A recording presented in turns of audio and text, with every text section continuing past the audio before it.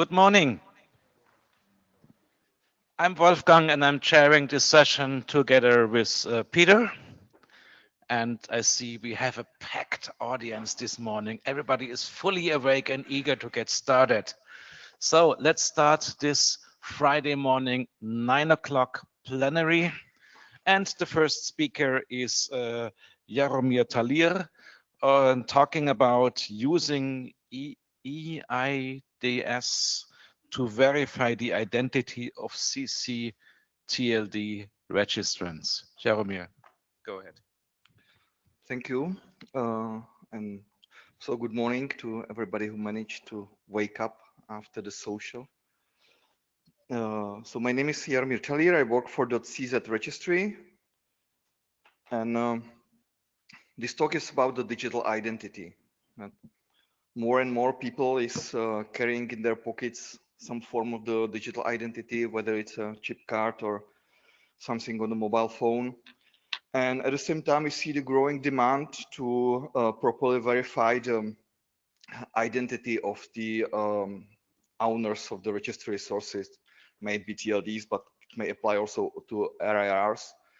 So we, together with a couple of other CCTLDs, took a chance to explore the possibility of using these digital identities as part of the project that we called RegEID, like registries and EID, which was co-funded by EU grant. So this is the content of my talk.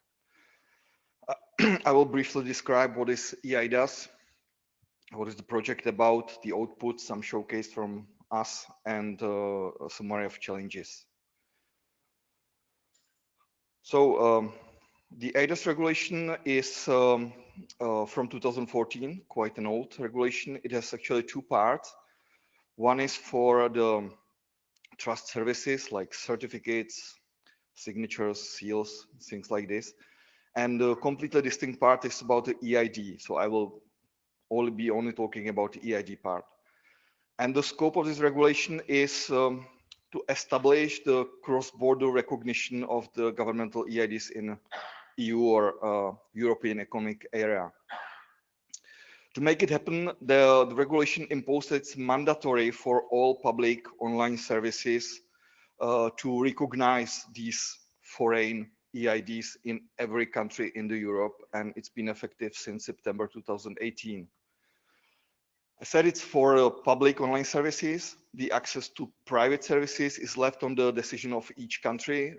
Unfortunately, that for most countries, it's they decided not to allow it, but I will get to that later. The regulation itself introduced a concept of something called the levels of assurance, which sort of encapsulates on one side the strength of the EID, mean whether it's the single factor or multi-factor, whether it's a software solution, hardware solution, and on the other hand, the strength of the verification of the identity during the issuance, whether somebody checked physically your ID or if there was some remote identification or whatever. There are three levels: low, substantial, high, based of these properties. And the regulation also defines the mandatory and optional attributes that are transferred during the transaction for both for natural and legal persons. And most importantly, it describes the whole procedure, how the countries notify their EID means. This procedure is complex, like half a year. It includes the something called peer review, where all other countries discuss the features and technical things related to or procedures related to the issuance of the EID before it's the EID is officially notified and it start to be mandatory to recognize by the other countries. On the technical level, it's designed in a way that there is like something called EIDAS network that composed from different nodes in every country that sort of hides the differences in each country. And there's a profile of SAML2 authentication protocol that is mandatory for the communication between the nodes.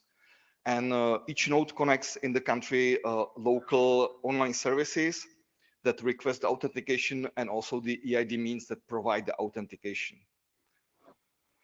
It's maybe a little bit seen in this schema, the diagram, where you can see that each country is running the node. They have the mutual relations that like peer-to-peer network, where each two countries must exchange the URLs of their services and the public certificates to establish the trust, to verify the signatures,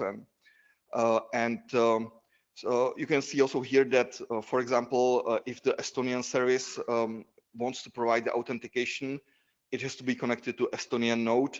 And me as the Czech citizens, if I want to use it, I am first redirected to the EIDAS node of Estonia. I will select that I am from the Czech Republic, so it will redirect me to the Czech EIDAS node. By the way, we as a CZINIC are operators of the Czech EIDAS node as well. And then I'm redirected to the Czech identity governmental solution where I identify myself. And then on the way back, all my attributes are encapsulated, signed, and they are transferred back to the EIDAS, Czech EIDAS node, Estonia node, and to the service.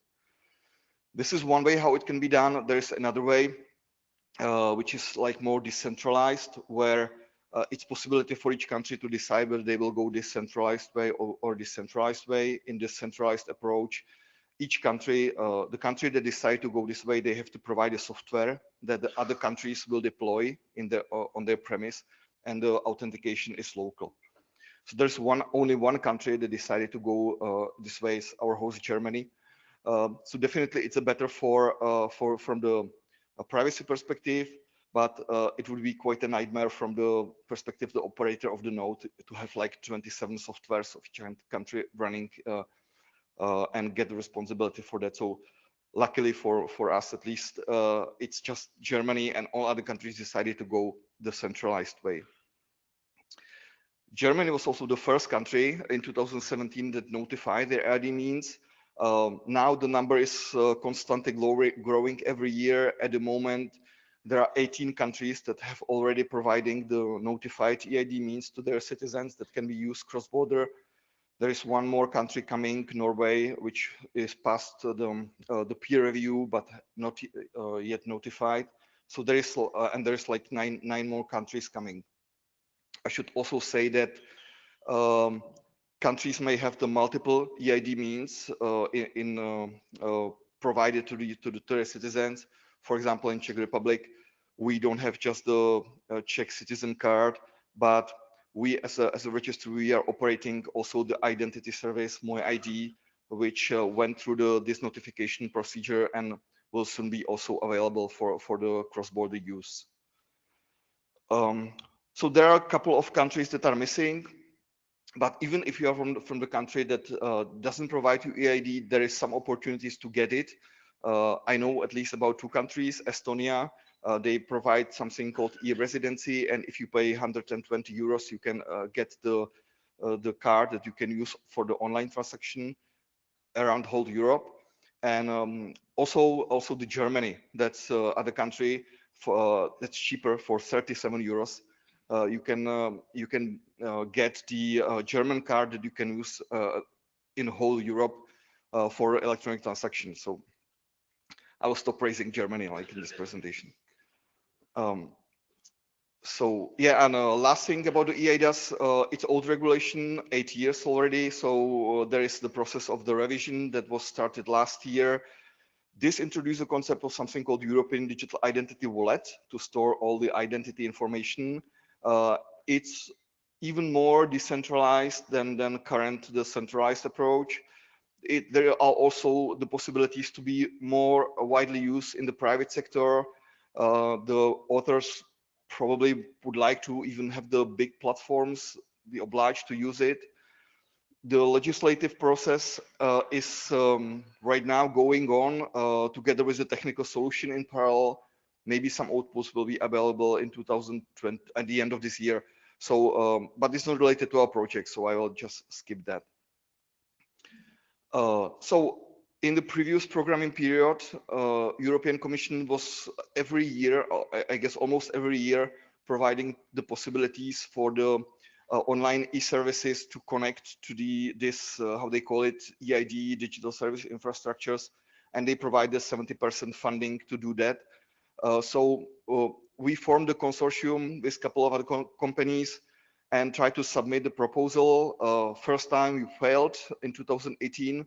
It was like short time to prepare that submission, but we worked on that and tried again in next year, and then we succeeded. Here's the list of other project partners. The registries of Denmark, Estonia, Netherlands, and Czech Republic, together also with the center as the association of mostly European CCTRDs, and Dutch company Connectis, that at the time was part of SIDN, but was later sold to Signica.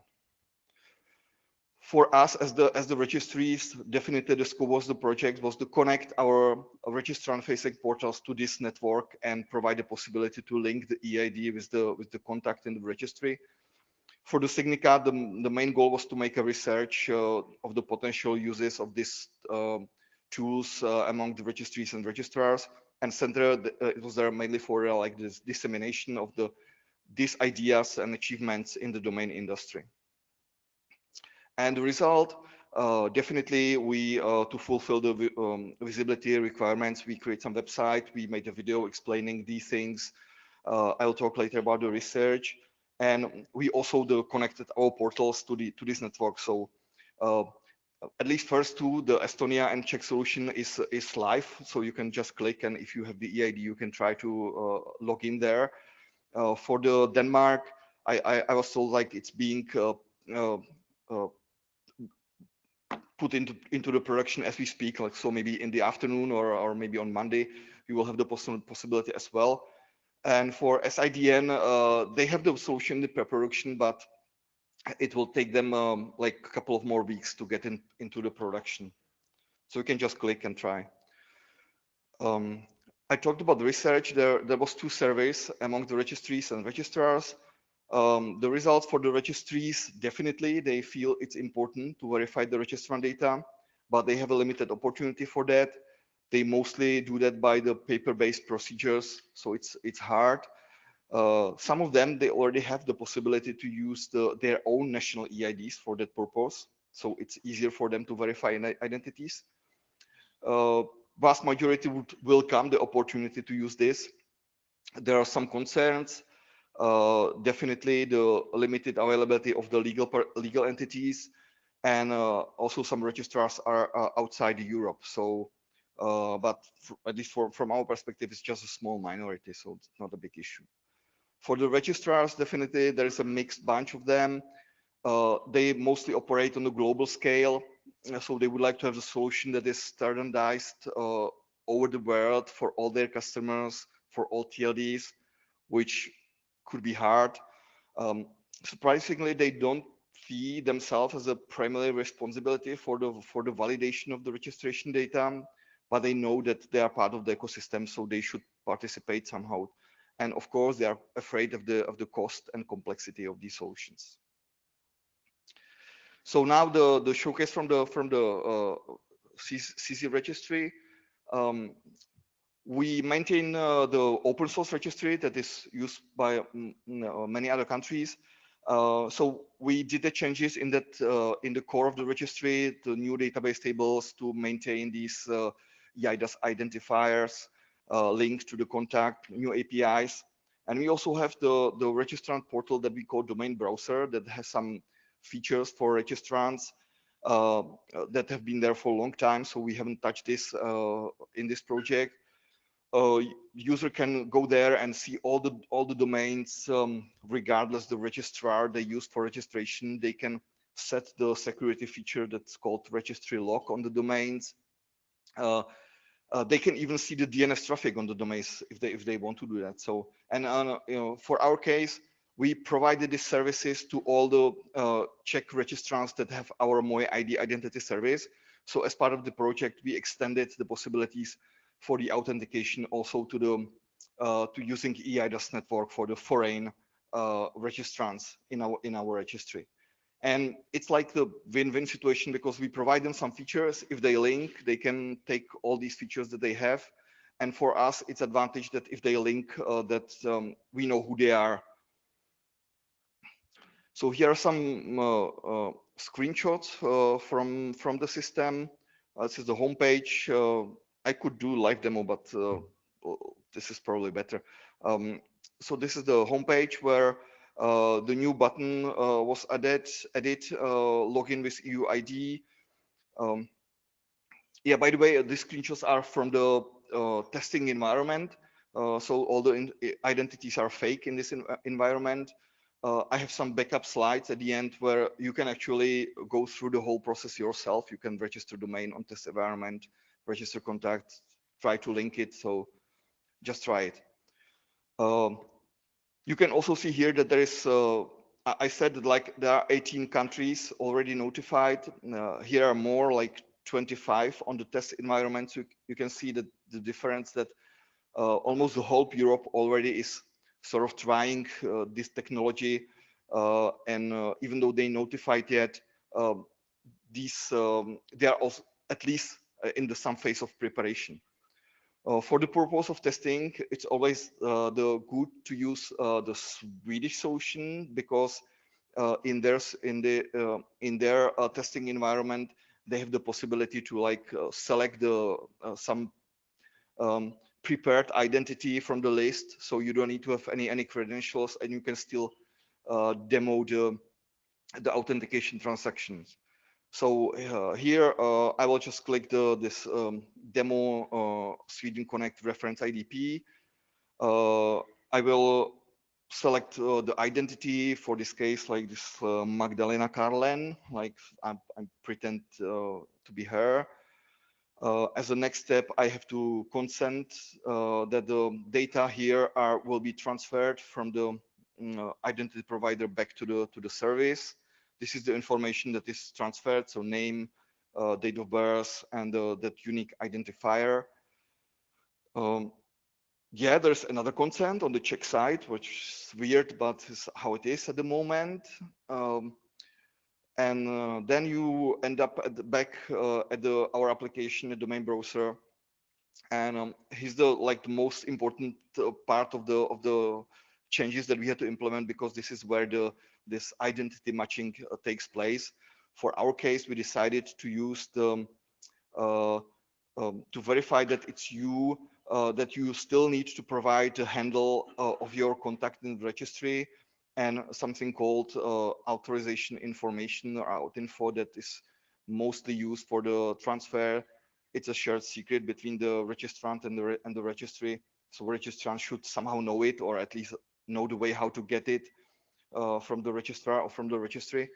So if the registrant will fill the information, the handle, and the autinfo, then he gets right into the service and can enjoy the features. If the user will do that the second time, definitely the previous step is skipped, because we already have this link. So there is no matching on the way. So now the important project challenges definitely is the access to the EIDAS node is the worst problem. I mentioned that every country has the different rules and requirements, and it's mostly open only for the governmental organizations. The reason is liability. They are afraid that if some private organization will sue them, that somebody used the governmental EID for some bad things. So they rather don't want to touch this issue, or some of them they provide the possibilities like the paid as a paid service to cover that cost. There are some exceptions, mostly in cases where the private companies are fulfilling some governmental role, or they are bound by some legislation, which is actually the case, for example, in Denmark, where DK Hostmaster, they operate under some like domain act that requires them actually to verify the identities of all Danish registrants or registrants of the DK domain. And this actually serves as a good example that they said, we must do that. So please give us the access to the EIDAS node. The other TLDs, they're mostly non-governmental organizations, so the access is rather exceptional. But luckily, before we submitted the grant, we had to negotiate with our appropriate national agencies in this area to get approval for access to the node. So we explained them why is this useful, how it will help the security on the internet, and at the end they gave us this access. Some little provocative statement, like with this respect that this upcoming NIS legislation that will impose maybe the verification requirements, it can be seen also as an opportunity rather than threat, because definitely if there will be something like that, we can say like, you want from us this, so give us the tools that we can use for this verification. The other thing that we talked about is how to select the proper level of assurance. This is up to each service, whether they are enough with the single factor authentication or they want some stronger features. We thought that it would be great to agree on the same level, on the level of like multiple TLDs, and not to have every country the differences.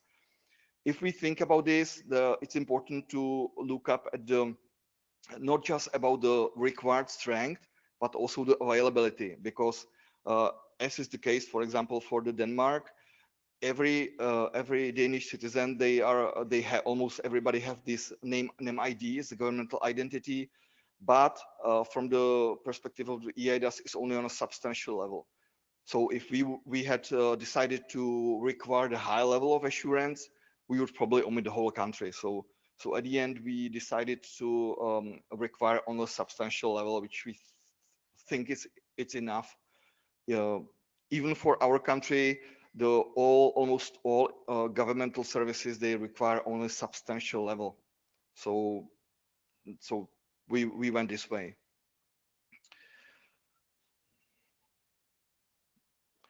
The other challenge was that I mentioned the distinction between the natural and legal persons. Even though the regulation includes the possibilities how to transfer the attributes of the legal persons to the service provider, it's almost unused. There are only, at the moment, only 2 EID schemes notified that provides at least some of these attributes, not all of them. And it's the something called herkenning in Netherlands and recently notified Austrian electronic identity. So we decided to, even though in the registry we have, it's like half-half, like half of the registrants is the physical natural persons and half of the registrants is legal persons. We decided to like accept this situation and we concentrated only on the natural persons. So the next challenge was the insufficient data for this matching. Since the mandatory data that must be transferred is only this first name, surname, date of birth, and that identifier. There are a couple of more, but they are optional. And this is not enough for some automated match of data. Maybe if there would be this address, that could be enough. But there's only half countries that provides the address of in the EID. And what is worse, since the address in the transaction is a structured form, they have multiple attributes, and the different countries, they have selected the different subset of this. So if we had implemented that, we would have to implement the processors for each country. So at the end, we decided not to rely on the current address and to use some different approaches to this identity matching procedures. We explored the multiple possibilities and we implemented also multiple possibilities in each country for this purpose. For example, one way is actually to take this person identifier and to pass it through the via registrar via EPP protocol to the registry, which is nice way because you do it at the beginning and then when you log into the registry, you already have this much established. This approach was selected by Estonia, and the reason is because everybody knows their identifier. It's printed on the card, or they can see it on the phone. So it's quite easy for them to take it and put it during the registration to fill the information about themselves, like name, surname, and the EID. But this is not the case for all other countries. I don't know. My EIDAS identifier is some random hash stored somewhere in the registry. So for this purpose, the Estonians implemented something that if you log into the Estonian registrant portal, you will see the identifier. So then you can cut and paste it to the registrar portal for the registration. So you can imagine how easy is that from the user perspective. The other option I have shown on the screenshots, that's the approach that we selected using Auth and together with some check of the other data like name, surname, and name, date of birth. The other approach selected by Denmark was using some pre-existing authentication, because if you register .dk domain, you actually immediately get an account like username and password, I think, that you receive from the registry. So later on, if you want to link the EID, you can just use this username password as the other form of authentic proving that it's you.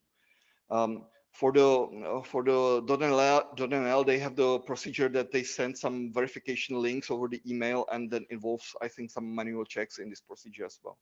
So different procedures.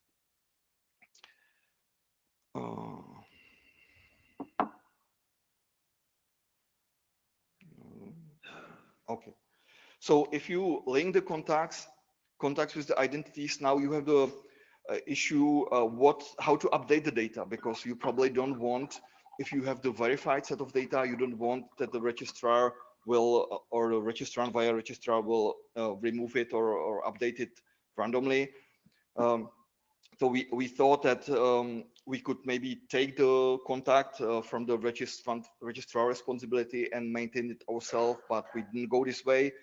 Rather, we use this statuses on this field, like server update prohibited, that registrars are sort of used to, where we indicate that the registrant cannot update these data. There is still possibility to update these data via EID. With every authentication, the new data can get into the system, and we inform the registrars about the change. And the last challenge, definitely you could guess that there is quite a horrible user experience aspect of this. There are multiple parties involved in the single transaction. There is a lot of redirects on the way. There's a different UI in each country, and it's of course hard to trace failures. If there's some error on the way, you don't know whom to reach to find out what happened. The European Commission is trying to fight this. Like they prepared a new logo that every country should use. They made UX guidelines, but it's not mandatory to use it. So not every country follows these guidelines. So my last slide, as a conclusion, if you ask me if the EIDAS is the final solution for this, definitely not yet. There is this UDI wallet that is coming, but it may take some time. Anyway, still, it could be the useful tool. If you fulfill all these requirements, you will accept all the limitations. You can use it. We see it as the infrastructure that we have created during the project, and we can build on that. For example, that we can offer the more verification possibilities when we are trying to tackle the problem of some find suspicious contacts, so we can ask them to verify and offer them this as the possibility. So thank you. I'm happy to answer your questions or comments.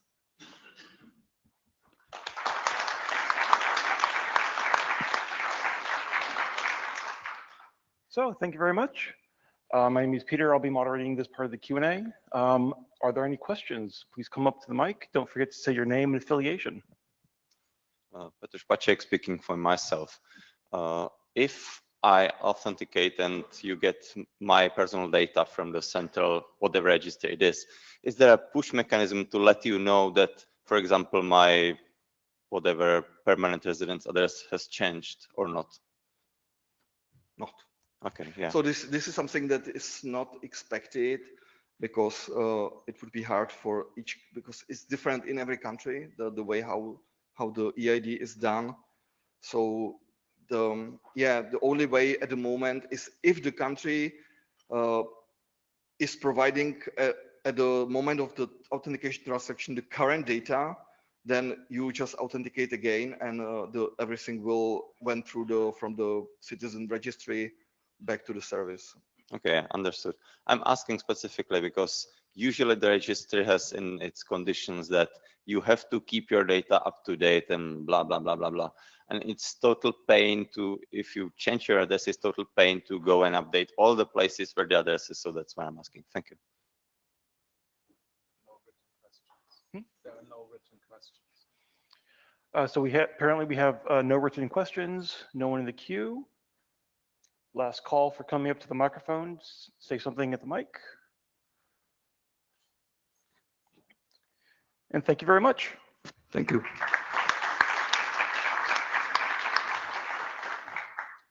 Next up, we have Marcin Naroki, who will be talking to us and telling us about the sad reality of quick handshakes. And hopefully they won't take too long. So let's see. Wait, does it work? Ah, yeah, perfect. And all right, hi guys, I'm Marcin. I'm a PhD student from the Freie Universität Berlin, and this is joint work with Nick from Microsoft and also other smart researchers from Freie Universität Berlin and Hamburg University of Applied Sciences. So since this is the last plenary session, I want to have a quick recap what happened during the first session. And as you can see, Thomas King said that latency is the new currency of the internet. And I agree. So we really try to deliver content as quickly as possible to the clients of the internet. And most CDNs do this by pushing the content as close as possible to the client. But this is not always possible, right? And so the latency gets high. And what's the other possibility that we have? What can we do? Well, basically, we can design protocols that can deal with the high latency. So we design better protocols, and one of these new protocols is Quick. And if the latency is high, every round trip time hurts. And so Quick was designed to have a handshake process which only requires one round trip time. Currently, when you visit the website, you usually have at least 3 handshakes. So we have the TCP handshake, the TLS handshake, the HTTP handshake. So at least 3 round trip times. And Quick tries to reduce this to one handshake, one round trip time handshake.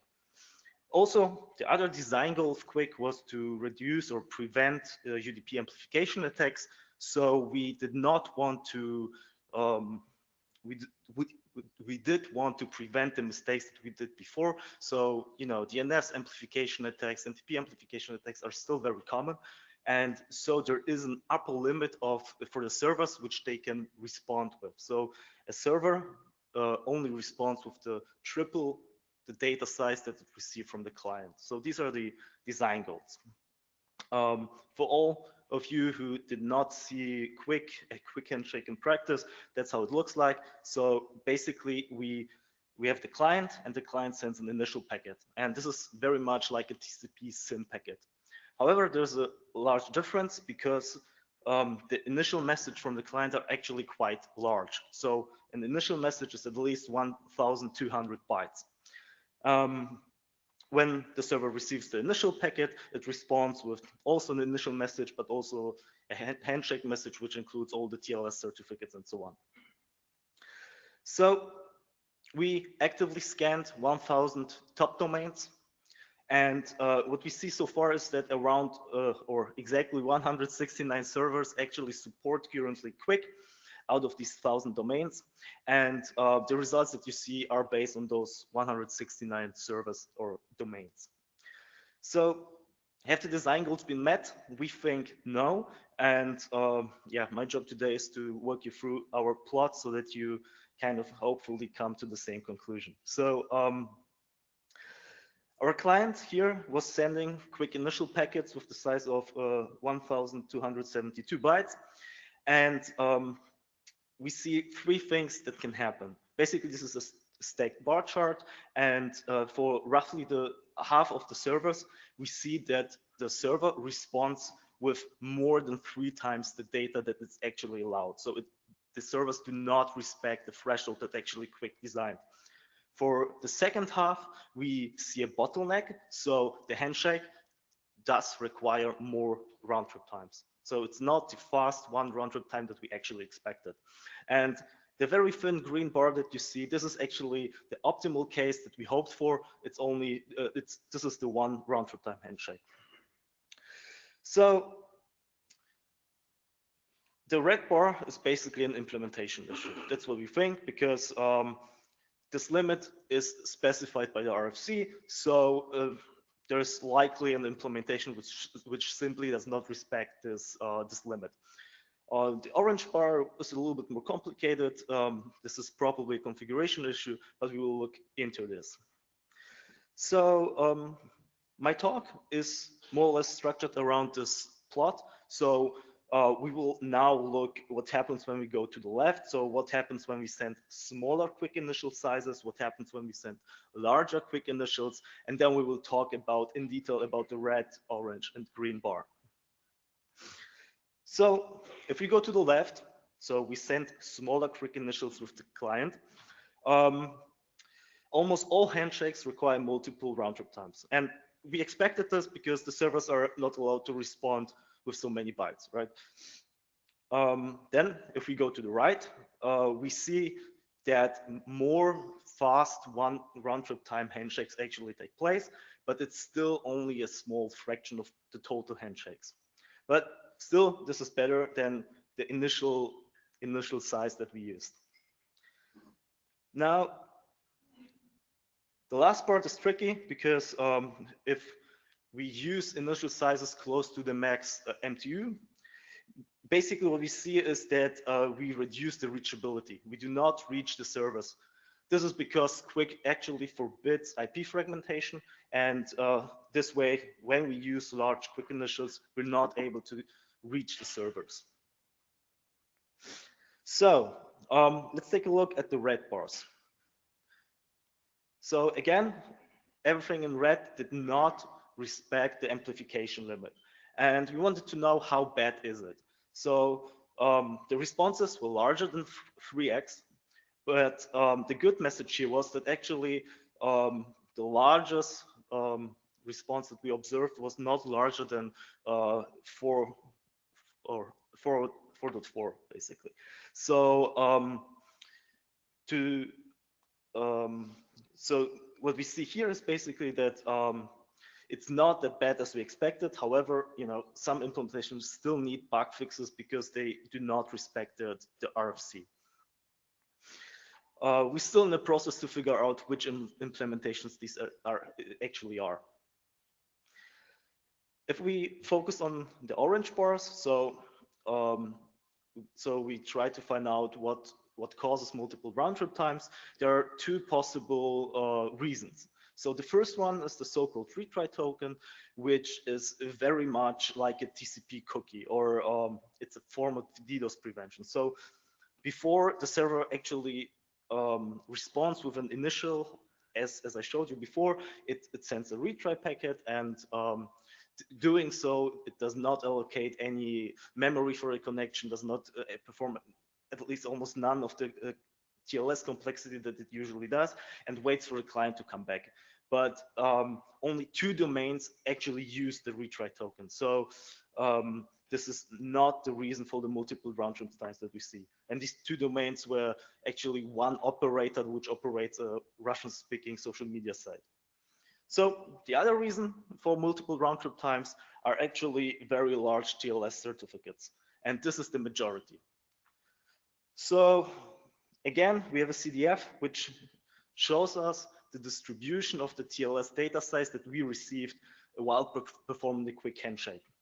And what you can see is that we usually receive more than 4,000 bytes. So everything that you see here in the upper right area, which is the largest area, actually triggers multiple round trip times. And this is bad, right?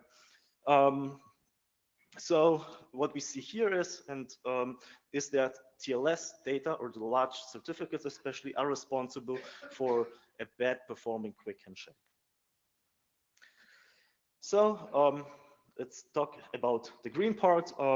If you ask me, based on our measurements, what is currently the best initial size for quick handshakes, at least for these 1,000 domains that we measured, it is around 1,350.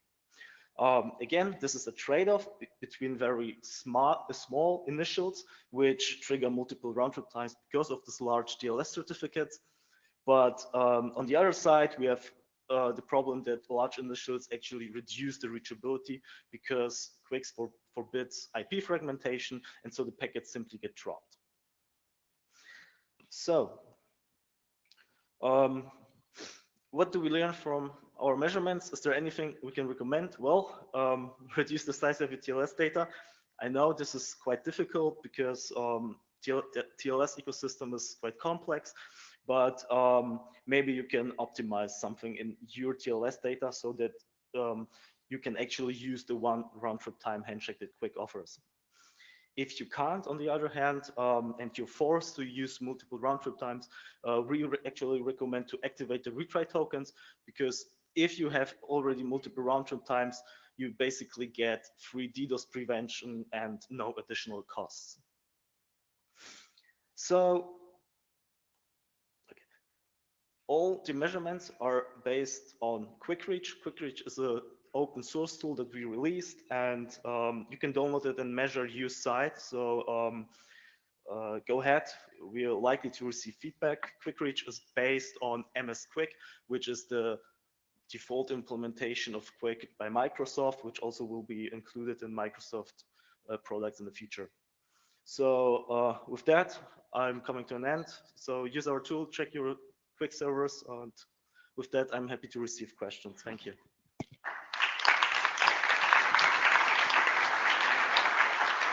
Okay. Are there any questions? I see Jim Reed is Oh, God, Jim, go ahead. Yeah. Jim Reed, RTFM. Great work, very interesting stuff. So well done to you for producing this interesting information. Thank you. Just a very simple question. Are you planning to take your findings to the ITF? Because I think there's probably a good idea for writing up some advisory guidance on how to deploy and use Quick, especially if the problem is misconfigurations. So so this is still work in progress. The things that I presented, we're still working on the details, and yes, we're planning to also present the stuff at the ITF and other conferences. Great stuff.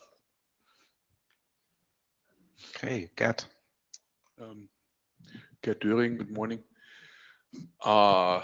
Great stuff on a Friday morning. Really kept me awake. Come here.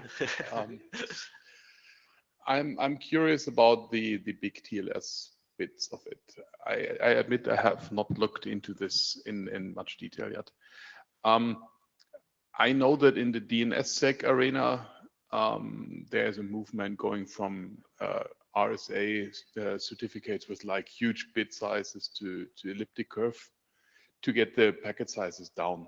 Mm-hmm. Is this something that could help here, or am I totally on the wrong track? No, you're actually correct. So let me see. Yeah. So again, this is work that we still, it's ongoing work, but we still try to find out what makes TLS certificates. And the subject alt names. Yeah. Course. And so again, we're pretty sure that people can use better algorithms, better ciphers to decrease the footprint. The second thing is exactly what we observed, because these are large deployments, these are CDNs, and the top that the certificates that we receive actually have a lot of names. Exactly.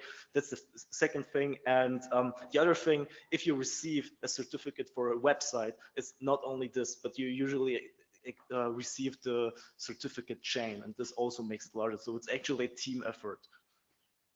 Thank you. Any more questions? Are there any written questions? There are no written questions. All right. Then thank you very much. Thank you, guys.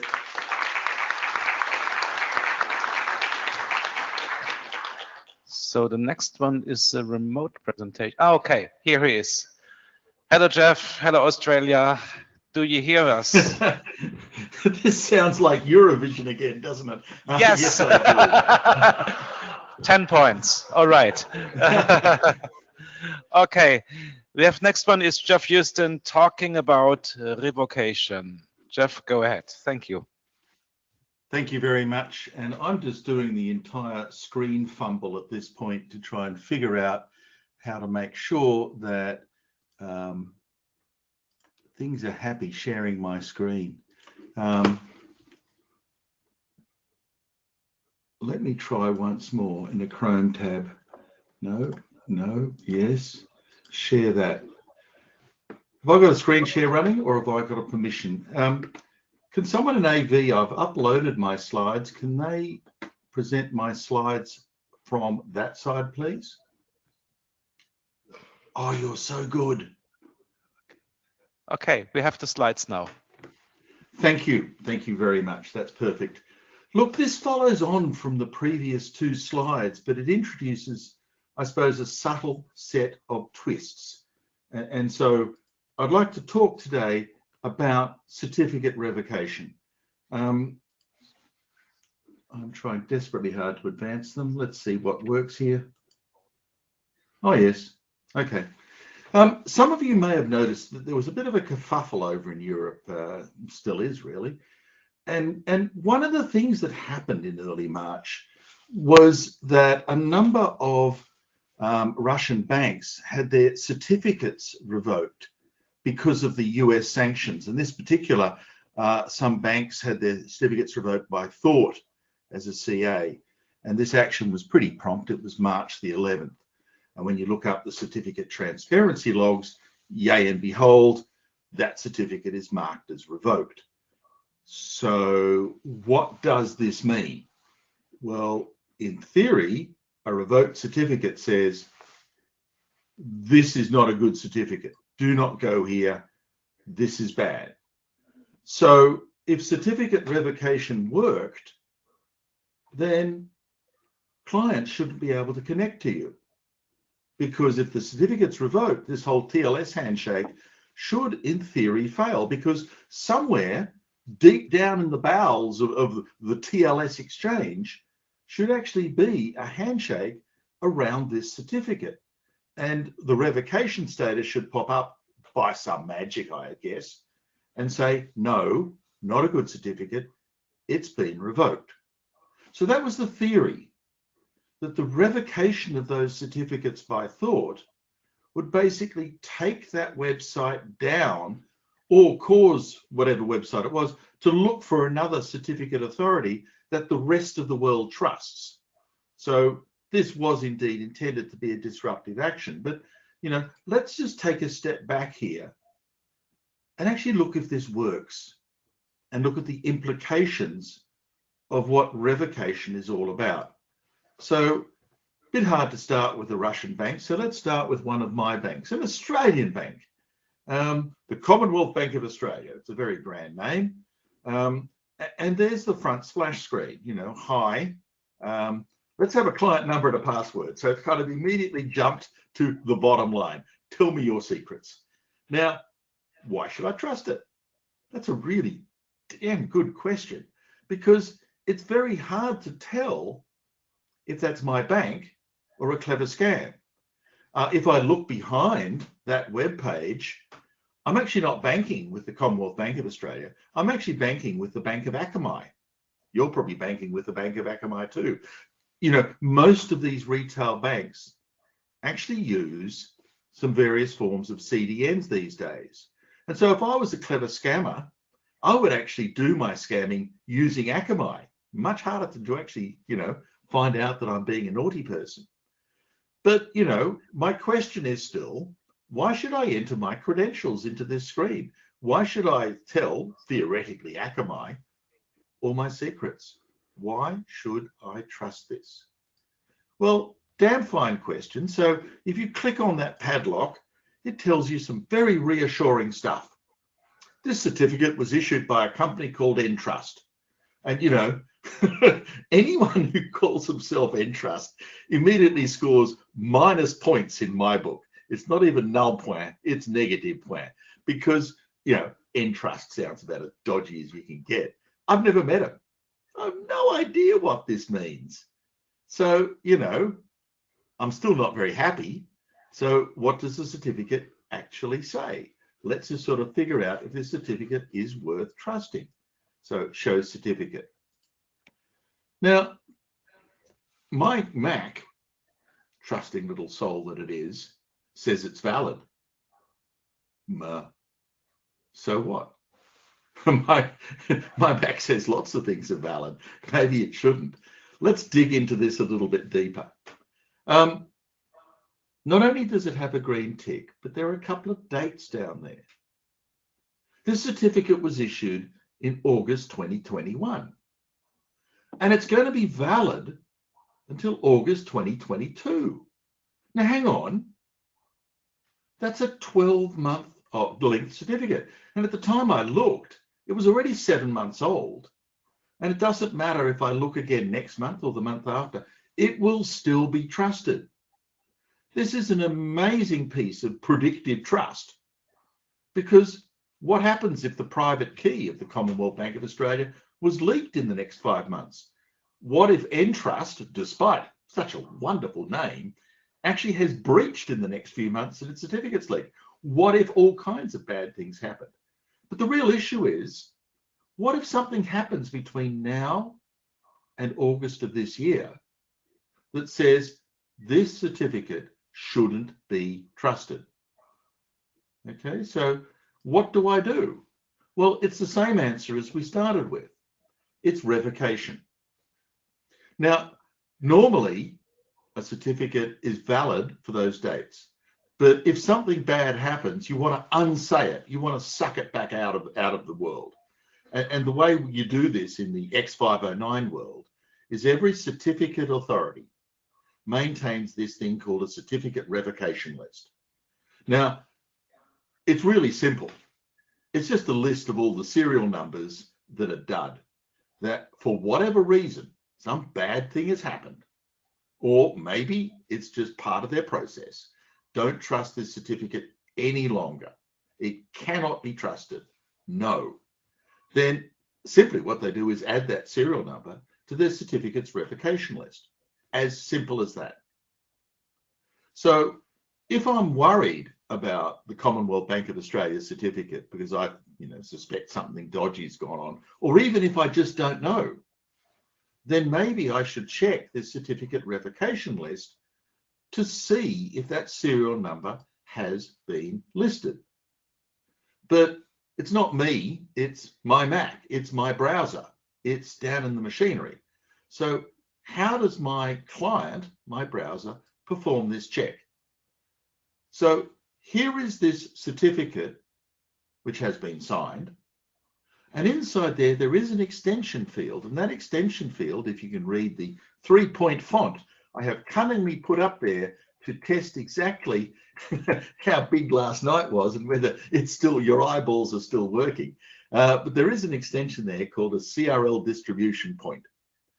And there's a URI associated with it. So in the case of the dear old Commonwealth Bank, crl.entrust.net/something or other. And that is where the certificate revocation list for Entrust resides. Well and good. It's not an HTTPS URI. Feeling a bit dodgy, but it is a signed object. It's going to have a signature. It can be validated, and you should. So in some ways, requiring authentication is kind of necessary. So whether you protect it or not with TLS in flight matters less, because essentially you're going to validate what you see when you finally get it. So in some ways, HTTPS is not strictly necessary here. But okay, here is the certificate revocation list. So what's in it? Well, I got it, wget, that CRL.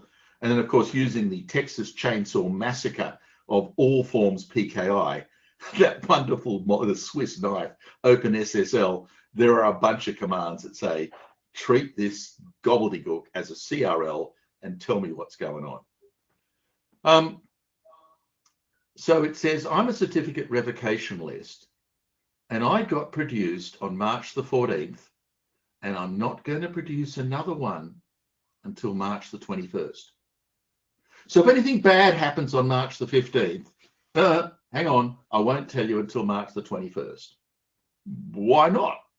Because no reasons. Gee, thanks. Appreciate your diligence, people. Okay, so there's also 5,072 certificates on that period, March the 14th, which Entrust had revoked. For reasons that I still don't understand, they tell you the reason code as to why it was revoked. I really don't understand why. Bad is bad. I'm bad because I'm superseded. Well, I'm not going to trust you. I'm bad because the key got compromised. Well, I'm not going to trust you. Why are you telling me this stuff? So someone's busy saying we lost our key. Oops. And other folk are saying, look, it's superseded. It's just the process. Interestingly, out of those 5,072, 387 said, oops, the key got compromised, which is actually, if it's the truth, a surprisingly big number. Wow, didn't expect that. Okay, so what does the browser do? It retrieves this list of 5,072 serial numbers. It validates the digital signature of that CRL against the CRL contents to make sure it's the real deal. It then goes and validates that that digital signature was generated by the CA's private key, and it goes through the process of generating a validation chain all the way back to a known trust anchor. Much the same as you do with the original certificate in TLS. You've got to do the same procedure against the CRL. You check the dates, because if the CRL is out of date, whoa, and if you're before the validity date, whoa, not good. You should be within that window. And by the way, your own clock should be accurate, which is often the case that it's not. So anyway, I look for that certificate serial number, and if I find it listed there, that's a really bad certificate. It's a dud. Don't go there. Even the CA is saying, this is bad. Sounds good. Sounds brilliant. Sounds, I don't know. Does anyone actually do it? Well, no. Well, why not?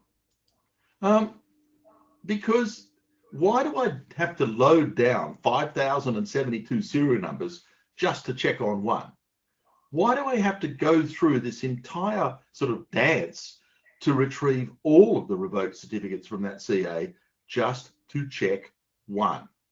Now, I think I understand what's going on here, and I'm old enough to remember credit cards, you know, pre-COVID and all that, where we used to run with bits of plastic. And before online networks, they used to circulate to retailers a list of bad credit cards, all of the bad credit cards of that time. And they'd send this list out through the mail once a week, because, you know, crooks move slow, don't they? And so the dear old shop assistant, if they thought that your credit card was a bit dodgy, would look up the entire list of bad credit card numbers. And if your credit card was listed, it wasn't going to give it back. That was a bad credit card. It's not good for credit. So it might have worked in this bygone age, but this is just overkill. Send the entire list when I only want to see one. You're joking. Not going to work that way.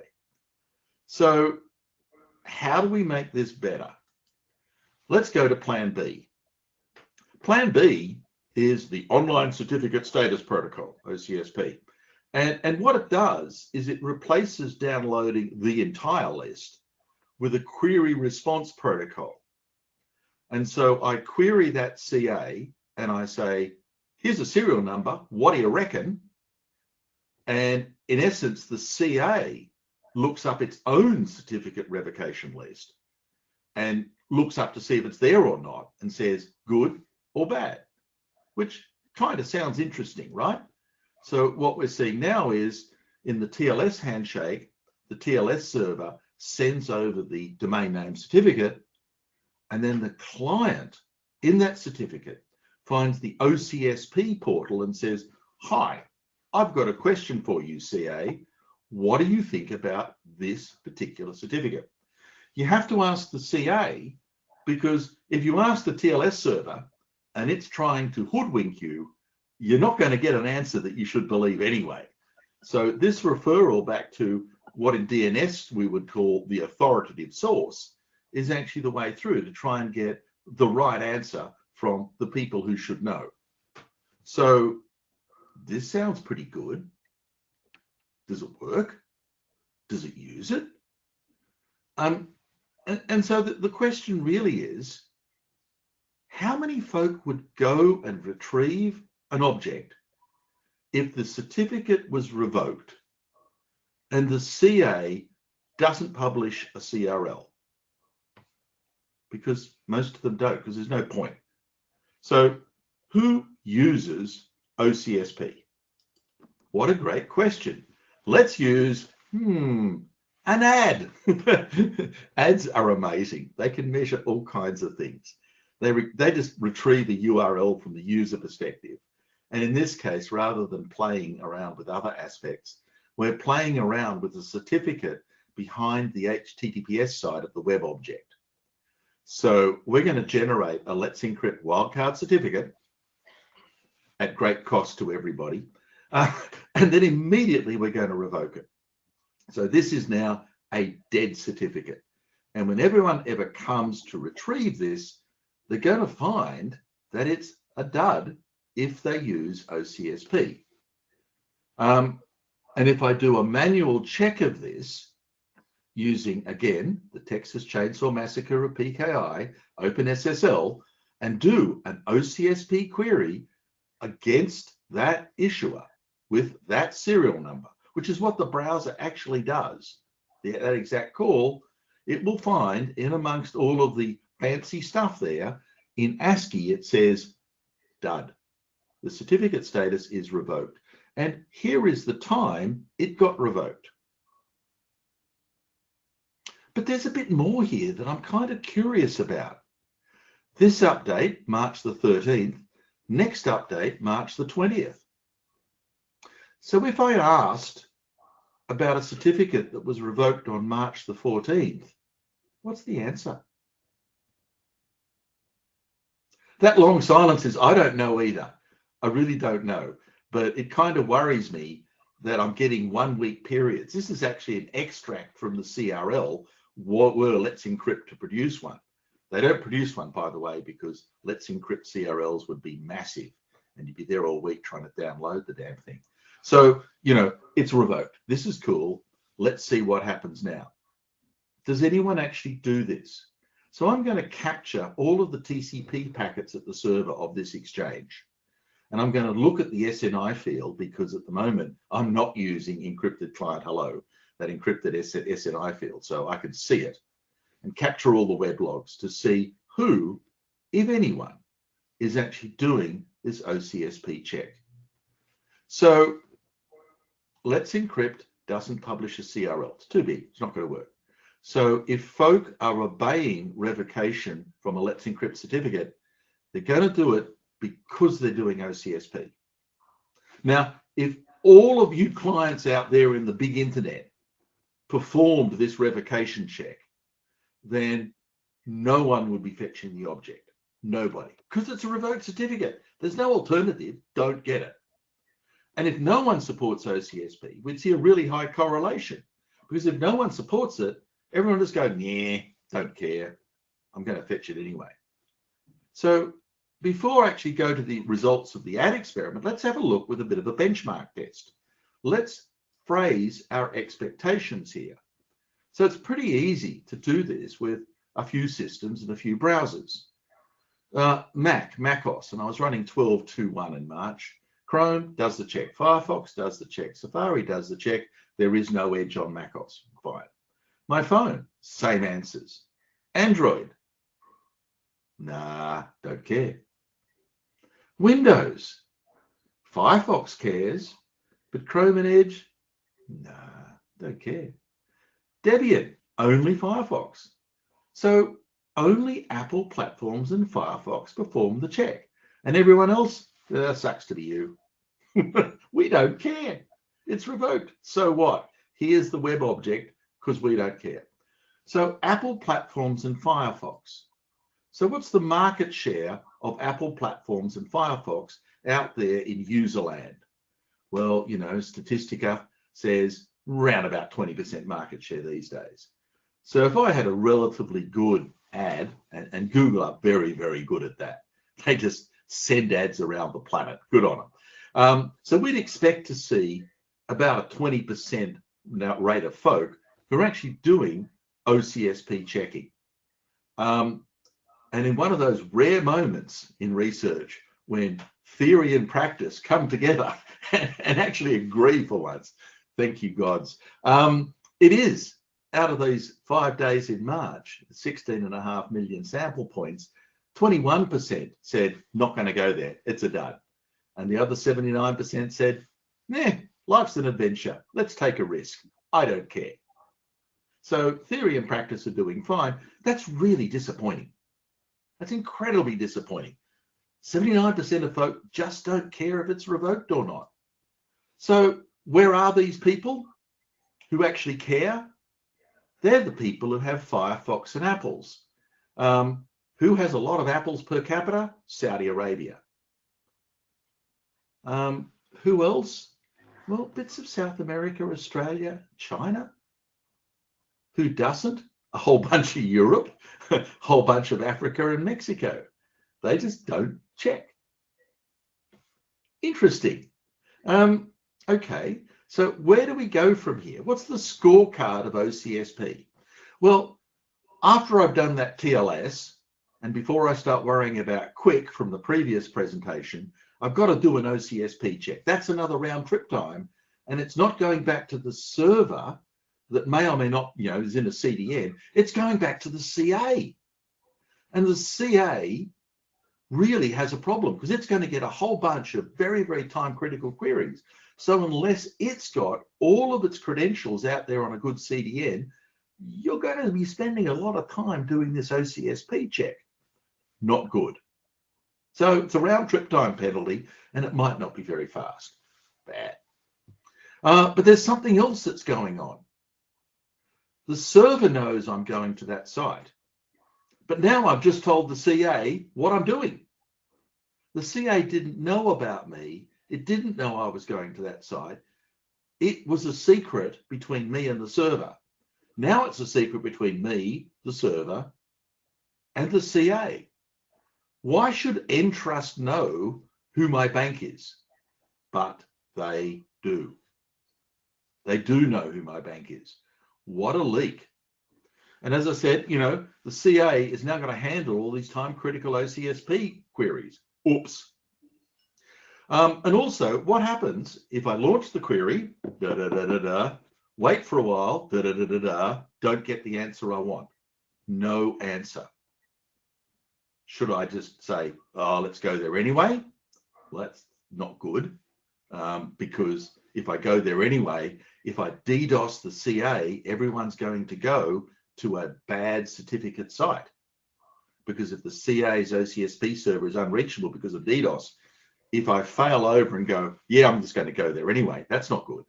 If I allow it, then that's equally not good. So if it's uncontactable, you're in a bit of a quandary about what to do. Fail or allow. So some browsers and platforms support OCSP checking, some don't, which strikes me as this is the security of the internet. Let's just toss a coin, because there is no uniform single way of dealing with this. It's just, oh, what machine are you using? What's the day of the week? I'm going to check, or I'm not going to check. That's ridiculous. And I would actually say that's a fail. This is not a unique answer. I found this blog entry from Adam Langley, the man behind a huge amount of work for Google and Chrome on this same right area, who actually had made the same point back in 2014, almost precisely 7 years ago. Online revocation checking is useless. It doesn't stop attacks. It just makes things slower. It's just theatre. And as he says, and you've got to agree, you need an absurdly specific situation for it to be useful. The rest of the time, you're wasting everyone's time. So, okay, OCSP is a fail. Time for plan C, because, you know, it can only get better. and Adam actually came out with this about in the same article that said, well, maybe we should do short-lived certificates, or maybe putting in the certificate itself so it's signed and you can't diddle with it. OCSP must staple. You see, the original problem is that these certificates last for ages, a year or more. If you move the certificate validity down a bit, then revocation is only necessary inside a short time window. And so maybe you just use short-lived certificates, or you do the OCSP must staple. Now, OCSP must staple is kind of interesting because it offloads the work from the client to the server. The server does the OCSP check on your behalf. And because the answer is signed, it can send that answer to you and you can validate it. You don't have to ask the CA, you have to validate the OCSP response. So whether the CA gave it to you or the server gave it to you makes no matter if you can validate the answer. So the way this looks is now subtly different. It gets rid of that round trip time. The TLS server makes the OCSP query on your behalf, and it sends you both the domain name certificate and the response, and lets you, the client, validate both. So, yay, no privacy leak. Yay, no delay. So, looking interesting, yeah? Because now I'm offloading both the time and the work penalty somewhere else and getting rid of privacy. RFC 6066 and RFC 7633 for those who really love reading RFCs when you're dead set drunk after a big night at the right dinner. So I've said all that. It's all really good. Wonderful, wonderful, wonderful. Because if must staple is part of the certificate and you don't get an OCSP data item, something bad is going on. So hard fail, no equivocation, no doubt. So who supports OCSP stapling? Macs? Yep. Chrome, Firefox, Safari. Android? No. But wasn't this Adam Langley? What? Windows? Only Firefox. Debian? Only Firefox. What? What? I'm getting confused. But we do need to talk about Chrome. We really, really do. Because Chrome doesn't use OCSP checking these days. It uses a concept called CRL sets. And there's a URL that you can look up. It actually dates to 2012. It predates the whole we must use yet must staple. And so what Chrome does on your behalf, thank you, Chrome, is it crawls across all these participating CAs and it trims the CRLs to strip out what it thinks are unimportant revocations. And it sends the result to the Chrome browser. So the Chrome browser is already preloaded with all the important revocation certificates currently on the internet. What a clever browser. But what if the CA I used isn't part of Chrome's CRL set? Well, sucks to be you. What if I'm not important? And I'm not. Well, sucks to be me. Chrome just goes, nah, not revoked. I don't care. Let's have a session. Now, I find this weird. You know, the whole thing about this approach that we've been doing with security, we've put an awful lot of emphasis that security is necessary. All that work with Let's Encrypt to make certification and security not a luxury good, but a commodity that everyone can use, everybody. And we're all being forced by Chrome and other browsers. HTTPS is what we have to do. Yet Chrome is saying, revocation, oh, that's only for the rich and exclusive. For everyone else, nah, live with it. Why? Why is Chrome saying on the one part, security is for everybody, and the other part, If you're in my privileged superset, I'll do something about you. Everyone else, no, I don't care about revocation. You're stuck with it. So Chrome might have said no, but other folk have said, yeah, okay, stapled CRL makes sense. So if I put my content into a Cloudflare CDN, it will do stapled OCSP. Yay. Akamai, yay. What I could find with Azure when I looked in March was under construction. God knows if they've ever finished or not. Fastly, yay. And whatever your favorite CDN is, you should ask them about this, because it's one way around this that kind of works. Or does it? Think about this for a second. What's the point? You see, when I evaluate a certificate, I accept it as long as I can construct a validation chain to one of my local trust anchors. And CRLs and OCSPs is meant to say, you might be able to construct that validation chain, but the CA doesn't want you to trust this anymore. Circumstances are changed. So most of the time, OCSP should say, it's fine. And the only time it's really useful to you is when the OCSP response says it's been revoked. Now, why is the server sending me the certificate and a stapled OCSP response if the server already knows that that certificate's dud? Why doesn't the server say, I'm not going to do this, I'm not going to give you the option, it's dud? Because the server knows the OCSP information already, and it should fail the TLS going, look, I'd really like to take you there, but there is no certificate, and I'm not going to offer you one because the CA pulled it out. So what's the point of handing that job to me if the only answer is no? If the server already knows no, then what's the point of going, well, you might have a different answer. I know it's bad, but it's your life, it's your browser. You can hang yourself. I'm just a mere server. That's insane. So in some ways, you get led to the solution that CRLs are a failure, OCSP is a failure, and stapled OCSP is actually a failure. If the entire point of this certificate infrastructure is to tell the user that, with the location that you've reached, or not the location that you intended to reach, then, if you can't inform the user that the certificate being used is not to be trusted right now. It's not the status of up to 7 days ago, it's now. CRLs lag in time. OCSP lags in time. Stapled OCSP lags in time. That Ethereum hack back in 2018 lasted an hour and a half. Not a week and a half, not a month and a half, an hour and a half.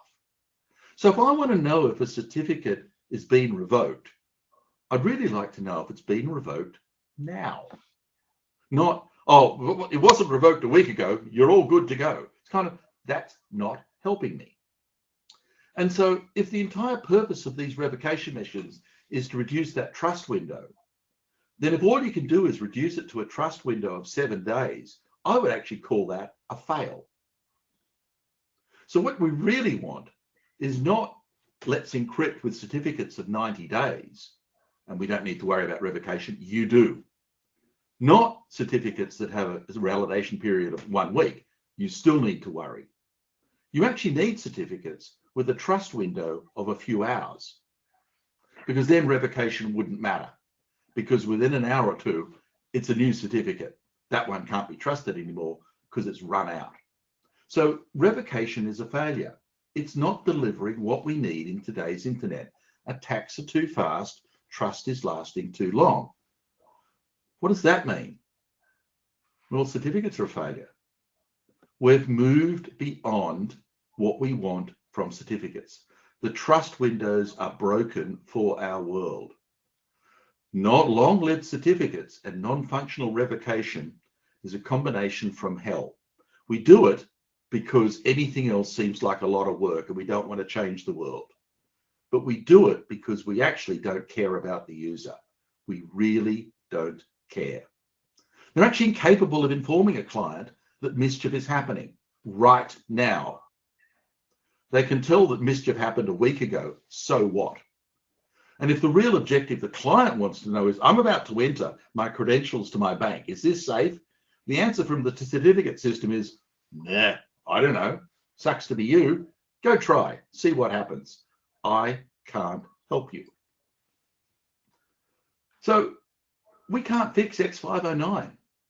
Doing certificates with 1 hour validity periods is a nightmare. It's not built for that. So why are we using this crap from the 1970s?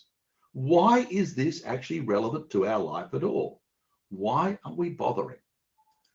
Now, there's an age-old saying out there that no matter what the question is, the DNS is always the answer. It's even a haiku. It's the DNS. It is indeed always the DNS. And the issue really isn't TLS. The issue really isn't digital certificates. The issue is the certificate infrastructure comes from a previous century and it's just not working. Now, the DNS has exactly those same issues of accuracy and timeliness. But instead of designing stuff with a next week service timeline, they actually design stuff with seconds and minutes. TTLs are astonishingly effective. You can set the maximal retention times back to a remarkably small time window and refresh against the authoritative service. So the DNS outperforms the entire certificate infrastructure by orders of magnitude. Can I put keys in the DNS? Well, yes, there's Dane and there's staple Dane. The whole idea is if all of this craft is to associate a key pair with a service name, then use the DNS, Luke. Put the public key into the DNS alongside all the other attributes you're putting in the DNS. Use TTLs to control the maximal caching lag. And if you're getting some kind of suspected compromise, change it and you've got a TTL time and it'll flush. Sign things with DNSSEC. That's what DNSSEC is there for. And staple that validation chain into the TLS handshake as a stapled chain response using basically that entire bundle in a TCP session. So you haven't got the DNS problems of UDP and large answers. That combination of Dane, chained responses, and TLS stapling gets us out of this mess.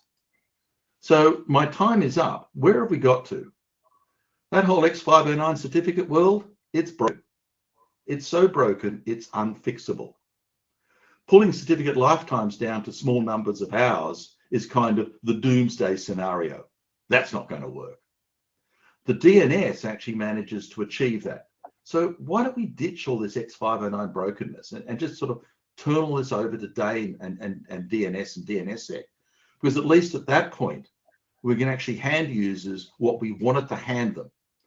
Is it safe to go there? Yes or no? Now. Not last week, now. And my time is up. If there are any questions, I will happily answer them. Thank you very much. Or if I can't answer them, I'll take a wild guess because, you know.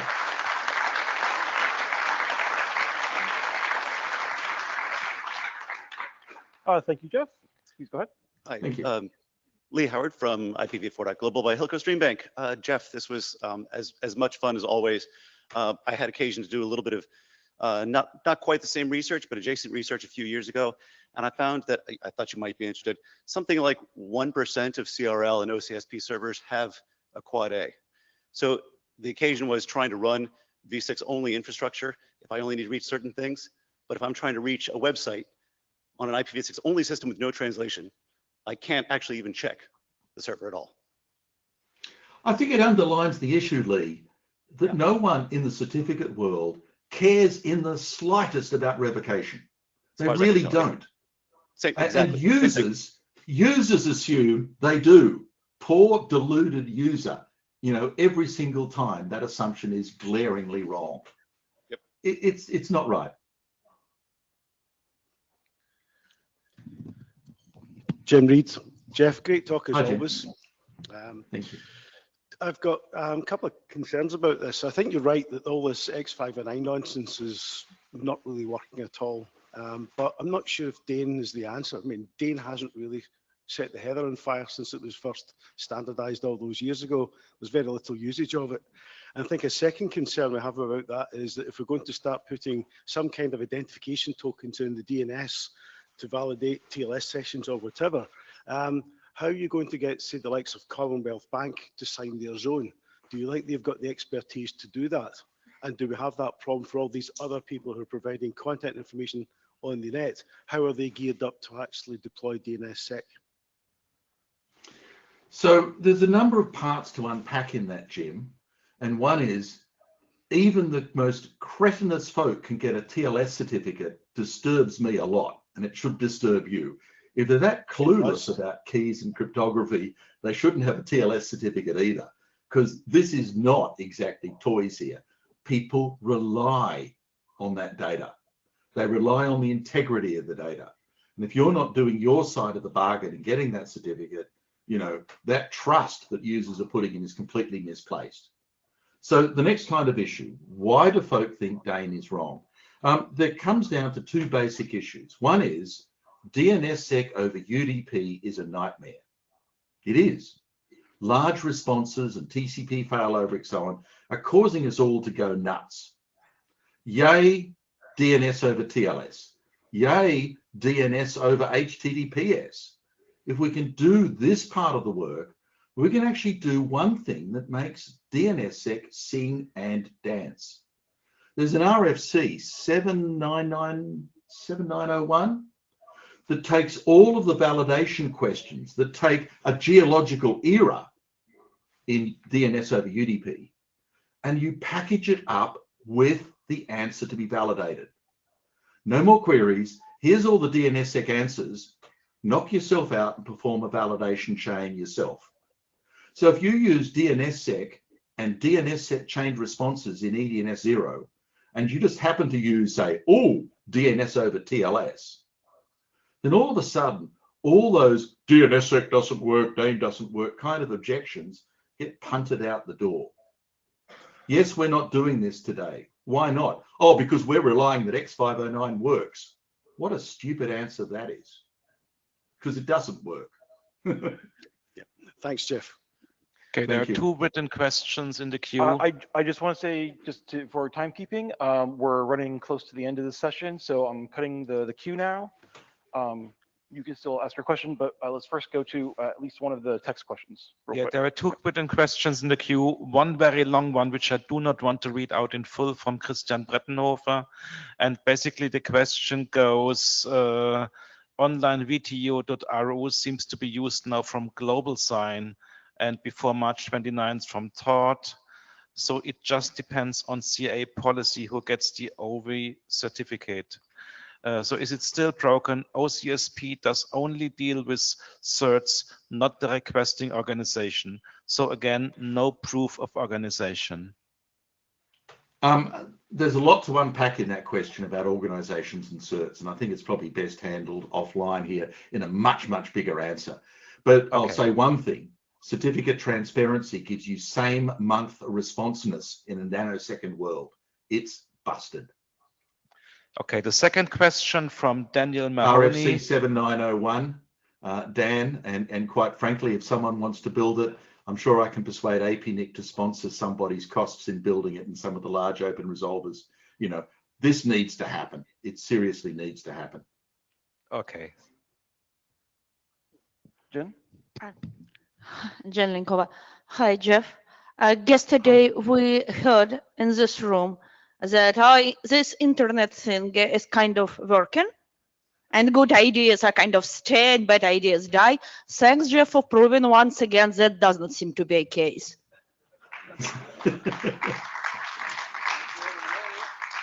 Thanks, Jen. So, thank you very much, Jeff. Thank you. With that, we're ending this part of the plenary session. We'll be taking a break shortly.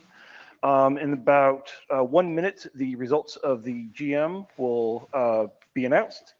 I also just want to mention that there is a weather alert for Berlin. There should be some thunderstorms later this afternoon. So please check the weather and adjust your travel if you need be. And we will see you after the break.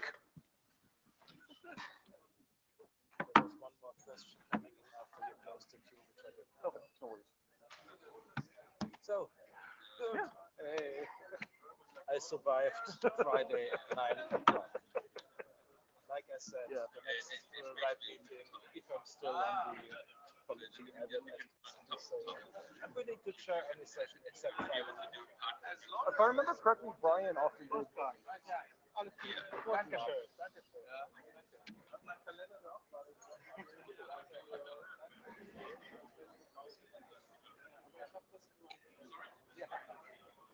Ich muss gestehen, ich habe es mitbekommen bei anderen Teams, begrüßt haben.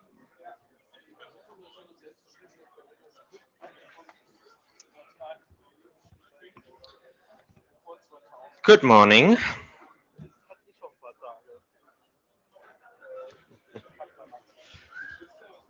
So, hello. So, you're already clapping? That's a little bit too early for that. Thank you. So, Miriam started the week by saying this is her first time on stage since she became RIPE chair. So I'm saying this is the last time I'm standing here as the chairman of the RIPE NCC. If you paid some attention in the address policy working group, I guess, and in the community one, then you have seen that ASO was so kind to appoint me as ICANN board member number 10 or seat 10, which starts in September. So during the summer, I will hand over the chairmanship to a volunteer in the board, and then that person will continue and do the presentations and everything in October. So with that out of the way, I will finish my term till next May, so I will sit on stage on one of the chairs, but hopefully talk less. So with that out of the way, let's have a look at the voting results. Resolution number 1. The general meeting adopts the RIPE NCC Financial Report 2021 with yes. The resolution was approved. You see the numbers. I'm not reading all of them. And that was resolution number 1. Resolution number 2. The general meeting discharges the executive board with regards to its action as they appear from the annual report 2021 and financial report 2021. This resolution was approved as well. Thanks a lot, much appreciated. Resolution number 3, the charging scheme. The general meeting adopts the RIPE NCC charging scheme 2023 with 953 yes. So the resolution was approved as well, and we all pay a little bit more. And last but not least, the board elections. Out of the 3 candidates which we had, 2 were elected. The 2 seating members were reconfirmed. So Andre and Remco will continue. Thanks a lot for that. And with that, the general meeting is closed. Thanks a lot.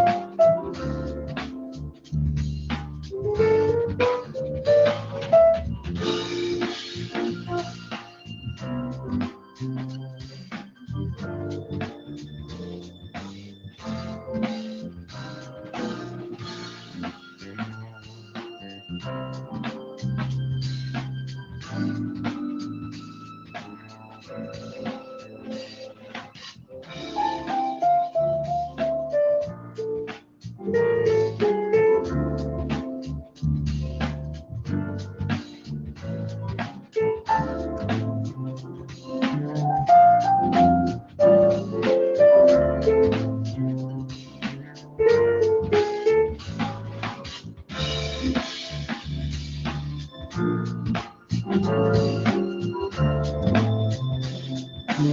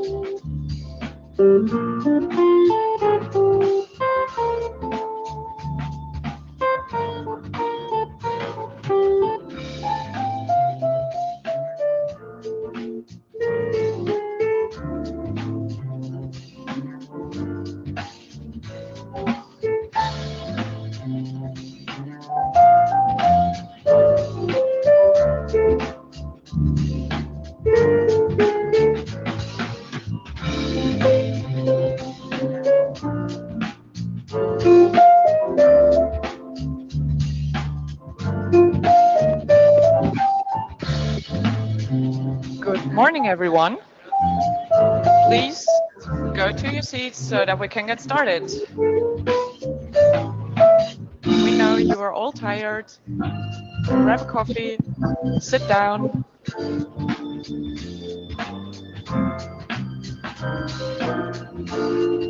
Time for chat will be later. Hans-Peter and Daniel.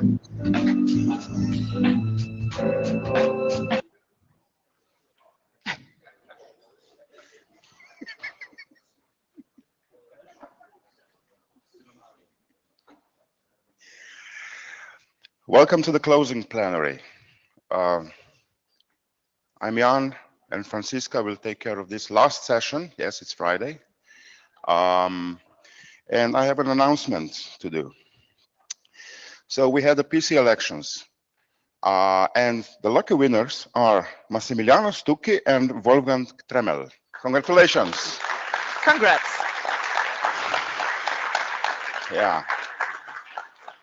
And with that, Our first speaker for today is Christopher from NetNod, and he will be telling us about NTS in an FPGA. Enjoy. Thank you. So let's get started. So who am I? I'm Christopher Einigel. I work as a freelance contractor for NetNode. I'm a software developer who dabbles in hardware. So I'm, pardon? Oh, I hope this one is good enough. So I'm a software developer who's dabbling in hardware. So you should say that I'm no FPGA developer, but I know enough about FPGAs to be dangerous. And so for the FPGA work I'm going to talk about, I haven't done the development, another company in Sweden did, but I know how to talk to those people, and I know how to take their stuff, build a system out of it. So if you know about NetNode, you probably know that we do internet exchange, we do DNS, but we also have a third leg, which is time and frequency, and that's the group I'm a part of. So we have 6 different nodes spread out over Sweden with atomic clocks, 2 cesium clocks at each site. We have redundant time distribution within the site. We have sort of 2 NTP servers at each site and a bunch of measuring equipment. Come on. Hello? Did I manage to turn this one off?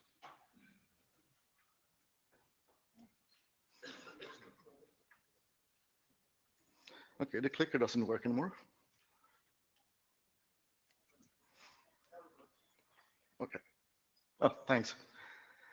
So at each site, we basically have a GNSS receiver for time synchronization. So we synchronize our time to UTC SP, which is the sort of definition of Swedish legal time over GNSS, and we keep it within about 20 nanoseconds of UTC SP. We provide NTP and NTS as free services over the internet, and NTP is sort of accurate about 10 milliseconds for most users on the internet. If you're close to an NTP server, you can get better time than that, but it's hard to promise more than about plus minus 10 milliseconds. We also do PTP for paying customers if they need more sort of accurate time than that and more sort of guarantees of level of service and things like that. But I won't talk more about PTP because it's, well, a different thing. So what is NTP then? NTP is basically the protocol for time distribution of the public internet. It's been around since 1985. That was the first RFC, and there were sort of proto versions of NTP that are even older than that.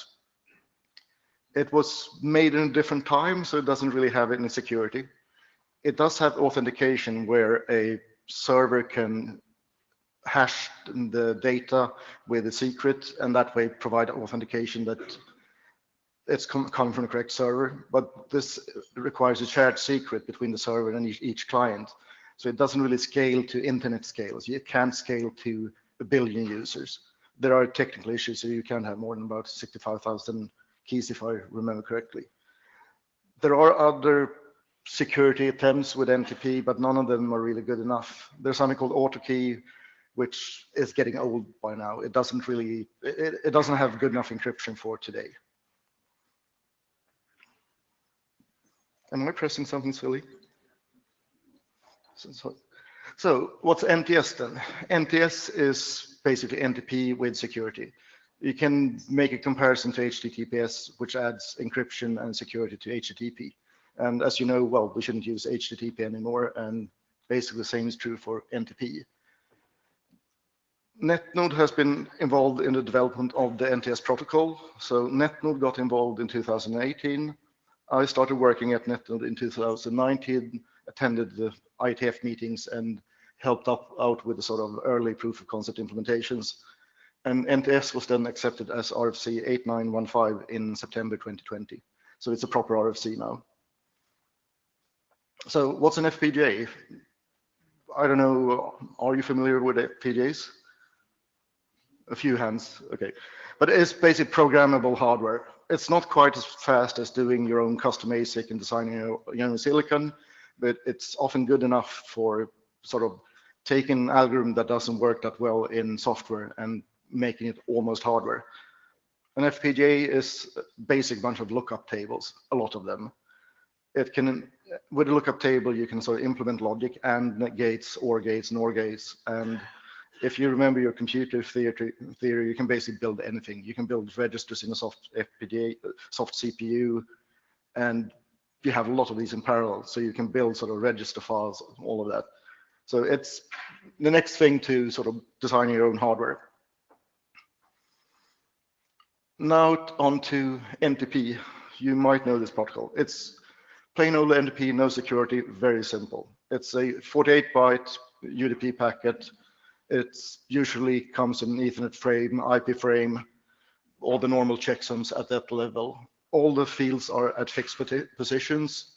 So there's sort of mode, if this is from a client to server, there's leap second information, the estimated precision of the server. So the server says, well, my time is 100 nanoseconds of UTC. There is authenticated NTP, which basically just adds a MD5 and or a SHA-1 hash at the end, so it hashes the secret together with all the contents. So you can see, okay, if the server and the client has the same secret, they can see, okay, we know we can trust this party. Implementing NTP in an FPGA is actually fairly simple. You basically verify all the checksums at the Ethernet and IP level, fill in all the metadata about accuracy, leap seconds, and then you can cheat a bit. Just swap the source and MAC addresses, swap the source and destination IP addresses, fill in the data, and just send the packet out. This is actually cheating. We should really send it to the proper gateway, but this works well enough for any sort of sane routing scenarios.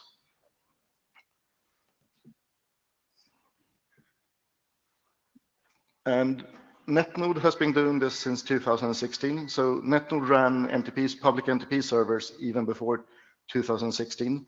But in 2016, NetNode made an FPGA implementation of NTP. It can handle 40 gigabits of NTP traffic. So it has 4 SFP plus ports and can do wire speed 10 gigabit on each port. And this is implemented on a Xilinx VC709 reference board. So that's a reference board with an FPGA, which has about 690,000 logic cells. And a logic cell is basically a lookup table. This reference board is then put inside a PC, and we're using the PC for controller management and for powering the FPGA. So this is a picture of the FPGA architecture. So in the upper left corner, we have a PCI block, and that's basically how we control the FPGA. The PC uses the PCI bus to send commands down, configure everything, configure IP addresses. We can read out status on packet counters and all that. In the lower left corner, there is two NTP clock input blocks. So from our cesium clocks, we get 10 megahertz and PPS, and those we feed into the FPGA. And then there's a clock selector. So we have a timescale A, timescale B. If something happens to timescale A, we can say we'll use timescale B instead, and vice versa. So at all levels, we have redundancy and failover. In the middle, we have the NTP engines. So there's a SFP plus, there's something called the SERDES that takes the serial data from the SFP, converts it to parallel so that the FPGA can work on the parallel data at a lower clock rate. At the other end, on the right-hand side, we have the same thing in process. We serialize the data, take the parallel data from the engine, convert it to serial data, and push it out through the SFP. The NTP engine is kind of small, kind of dumb, and then there are some larger blocks that actually do authenticated NTP. So we support authenticated NTP at wire speed also. So key points for this FPGA, it's a streaming architecture, so everything runs sort of at wire speed. So 4 different paths, each path does 10 gigabits. There's no buffering, no reordering. The latency is extremely predictable. It's sort of the jitter from when a packet comes into the FPGA until the response is transmitted is less than 10 nanoseconds. So if it takes 1,000 clock cycles, well, that's what's it going to take every time. And the MD5 and SHA-1 implementations are really huge. They have to be able to do this at streaming speed. So they ended up being very, very large because they have to do a lot of things in parallel. So 90% of the FPGA usage is really being in authentication and the hash algorithms. So what's bad about this? Nothing really. It works perfectly fine. It has been running for over 6 years. I don't think we've had any sort of noticeable downtime on our NTP servers. The only bad thing is that it doesn't support any security beyond authentication. So it doesn't support NTS. So there's no scalable security that would scale up to internet sizes. So now for NTS. So I'm going to start with the protocol itself. So it adds authentication and encryption. This is done in 2 stages. The first stage is NTS-KE, key establishment. So it's using normal TLS infrastructure. We're using normal HTTPS certificates. So you can use Let's Encrypt to issue a certificate. It's handled by a PC in our implementation. So, and basically what it does is to hand out, they agree on symmetric keys, which are then used for NTS timestamping. And the timestamping is plain old NTP with some extensions for the authentication. It's also stateless, which is really important to be able to scale up. And the thing that ties the key establishment and the timestamping together is something called an NTS cookie. So this is how a cookie looks. So basically, the server has a secret it uses to encrypt its data, and the server can actually have multiple keys. So we also have a server key ID that we use. So a cookie, or rather back off to the TLS session. From TLS, you can actually make both ends agree on symmetric keys. So we have a server to client key, S2C. We have a client to server key, C2S. What the server does is that it takes, or the client will know these keys. The server also knows these keys. So the server takes those keys, puts them into a cookie, and that's the gray part. So the server then encrypts this with the server key. So now nobody else except for the server can actually see the contents of the cookie. This is then signed with the server key, and there's also nonce in there to make each cookie unique. So basically, two cookies issued with the same set of server and client keys, client to server keys, they will be different, unique. So you can't really see if two cookies are related. And here's just a graph of the key exchange. So basically, C2S has 2 C keys on each side. The client stores it on their hard drive. The server puts the data in a cookie, gives it to the client, and it's actually the client that stores the session keys, or the client, the keys related to certain client. They're stored on the client, not on the server. This means that we don't have to have any storage on the server, and that makes it scalable. And all of this is done over TLS version 1.3. Then we have the timestamping request, which is similar to NTP. The first part on the left there is actually an NTP request, exactly as in normal NTP. There's a unique identifier for each packet, so that when a client sends off a request, it can see, okay, the response, which also has the same unique identifier, it can sort of figure out which two belong together. The client takes one of the cookies it has received from the server, gives it to the server, and it adds its own signature with the C2S key.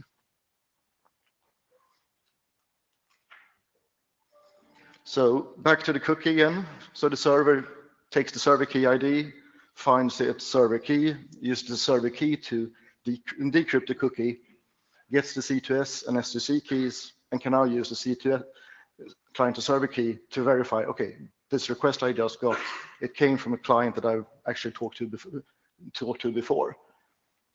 And it can verify the signature and all that. Right. Here's the response. Same thing here. The NTP response is exactly the same. We've done the same kind of transformation, swapping the source and destination, putting in the metadata, the timestamps. The same unique identifier we had before is put into this packet. The server creates a new cookie for the client, or even it can actually be told to create more cookies. Encrypts this with the S2C key, uses the S2C key to sign the packet, and this is what gives the authentication, so that the client can actually trust that the response is coming from the server that it has a relationship with. And this picture is kind of complex, and don't worry, I won't really quiz you on this, but it shows all the steps in the timestamping. So up on the right-hand side, it's the server storage of the server keys. The client actually has a hard drive which stores the cookies, and all the storage is done on the client. So that's the important thing in scalability. And of course, on the left-hand side, we have time, which is the goal of this whole procedure, that we want to know what the client needs time, and it needs time which is authenticated and secure, so that nobody has meddled with the time on the way.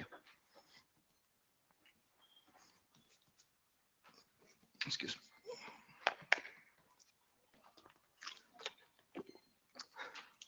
So NetNode has been running NTS server since 2019 on a PC. So we basically said, okay, we're going to put up an NTS service. We're going to keep this running for forever, as long as anybody needs it. And we did it on the sort of pre-RFC versions of the protocol. We'll have it running on the RFC versions now. But of course, since NetNode has done all this in an FPGA, or done NTP in an FPGA, we wanted to do MTS in an FPGA. But as you saw on the previous slide, MTS is slightly more complex than NTP. One of the issues with MTS is that we're using an encryption mode of AES called SIV, synthetic initialization vector. And it's an AEAD algorithm, so that means is sort of authenticated encryption. It does both encryption and signing, and it can add some additional data to that. But it requires multiple passes of the data. So it's kind of hard to do a fast and good streaming implementation of AES-SIV. So basically, we need to do buffering somewhere. And that doesn't really fit that well with streaming. So what we decided to do was to change the solution. And instead of having one large engine running at wire speed, we decided to build a bunch of small engines with each engine doing something fairly slowly, but we have a lot of them. And by having a lot of them, well, we can get to higher speeds.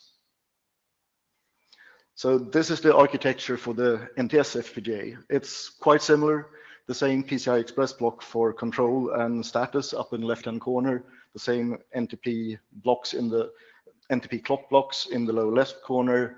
We have the same SFP, same CRDS to get data in, same CRDS and SFP on the right-hand side to get data out.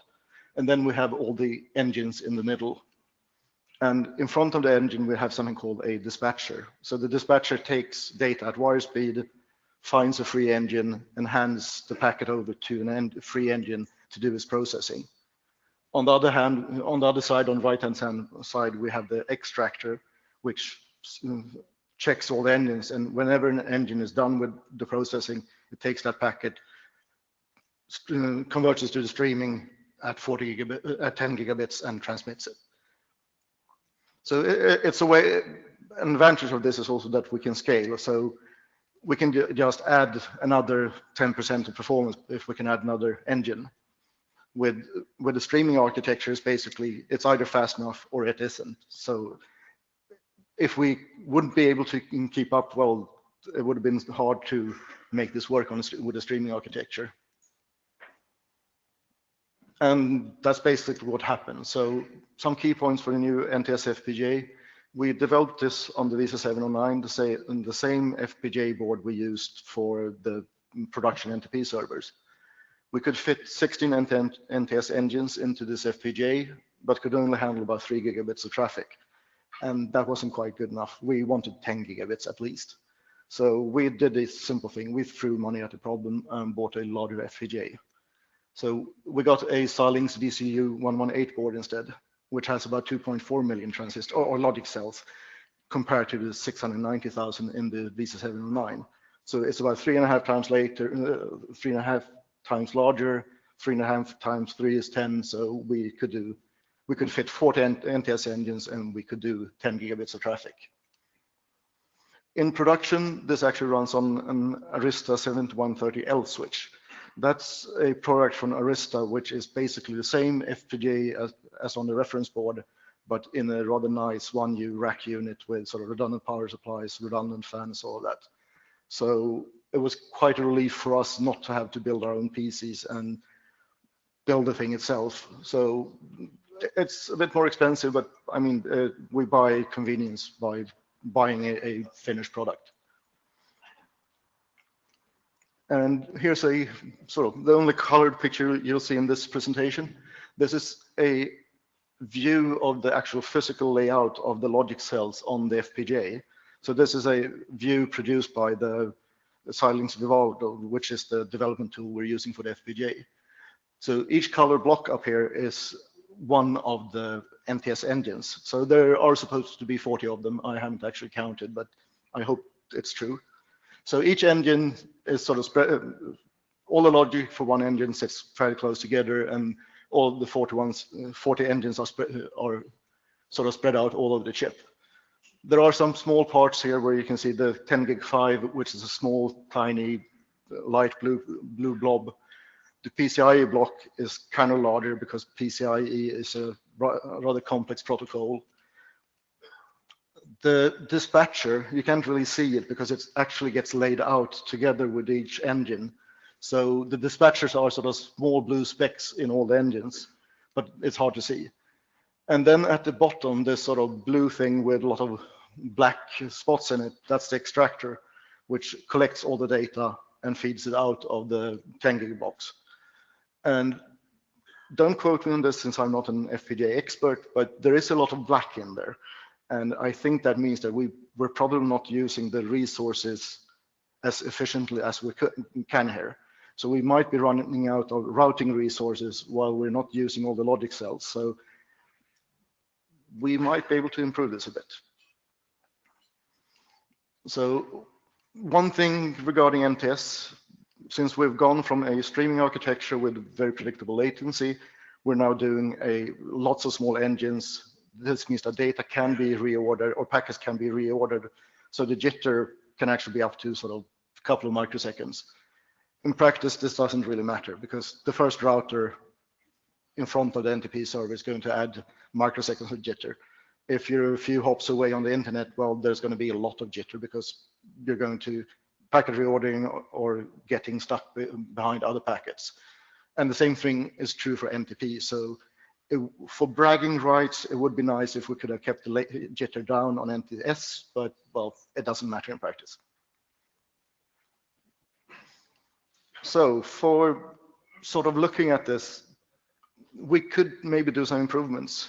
We have quite a few engines, 40 engines. So the dispatcher and the extractor, they end up being rather large and rather complex because they have to take data from a lot of places at wire speed, 10 gigabit. And they end up being rather big. And as I said, maybe not that efficient for the extractor.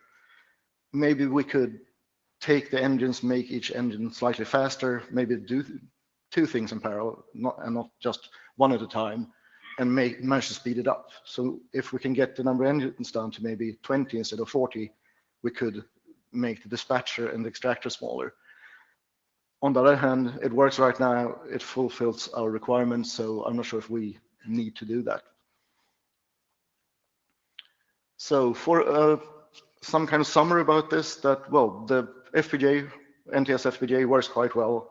It can do 10 gigabit in production on an Arista switch. It does follow standards, so it works well with NTP synchrony, and both NTP synchrony have support for NTS.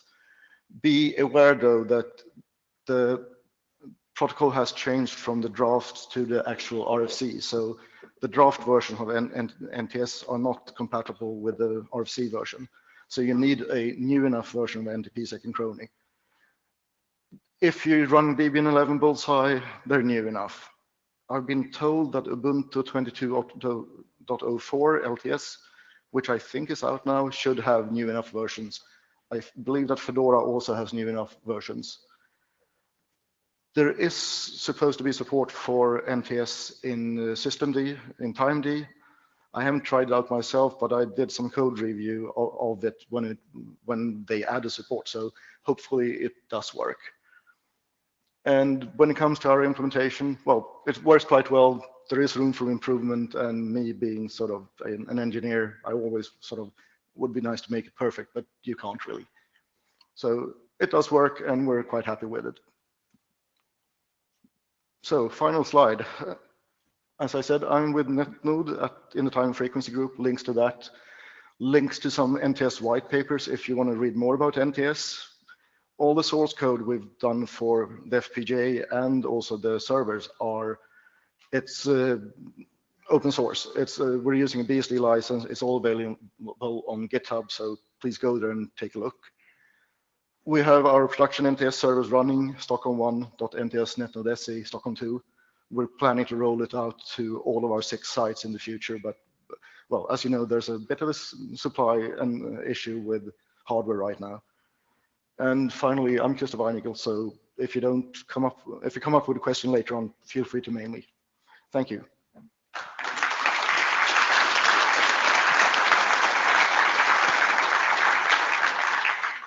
Thank you very much. Okay. I see the queue. Would we read first from? Yes. I can start with wait here, the please. written questions. 2 questions by Kurt Kaiser in his private capacity.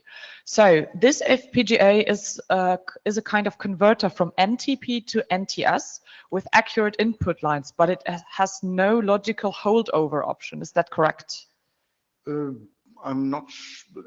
Well, it's an FPGA that implements the NTS protocol. When it comes to holdover time, well, we have cesium clocks providing the 10 megahertz and the 1 PBS input to the NTP NTS FPGA. So basically, we have, what is it, a PRTC 100 nanosecond holdover for, I think, at least a month, probably I think we can do 90 days. So the holdover is done by the cesium clocks, not by the FPGA itself. It only takes a clock input and sort of provides timestamp packets with what we get from the cesium clocks. Okay, and the second question from Kurt is, did you also consider implementing NTS in P4 fabrics? I would imagine it would be a good fit for that. And now get to the thing, I'm not a network guy. I don't even know what P4 is, I must admit. And I didn't see that presentation, I'm sorry, so. Don't worry. Okay, to make it fair, we go 1-1. So please, Tom. I fear someone may have just pipped me to my question, but it was a slightly different one. I'm Tom Hill from British Telecom.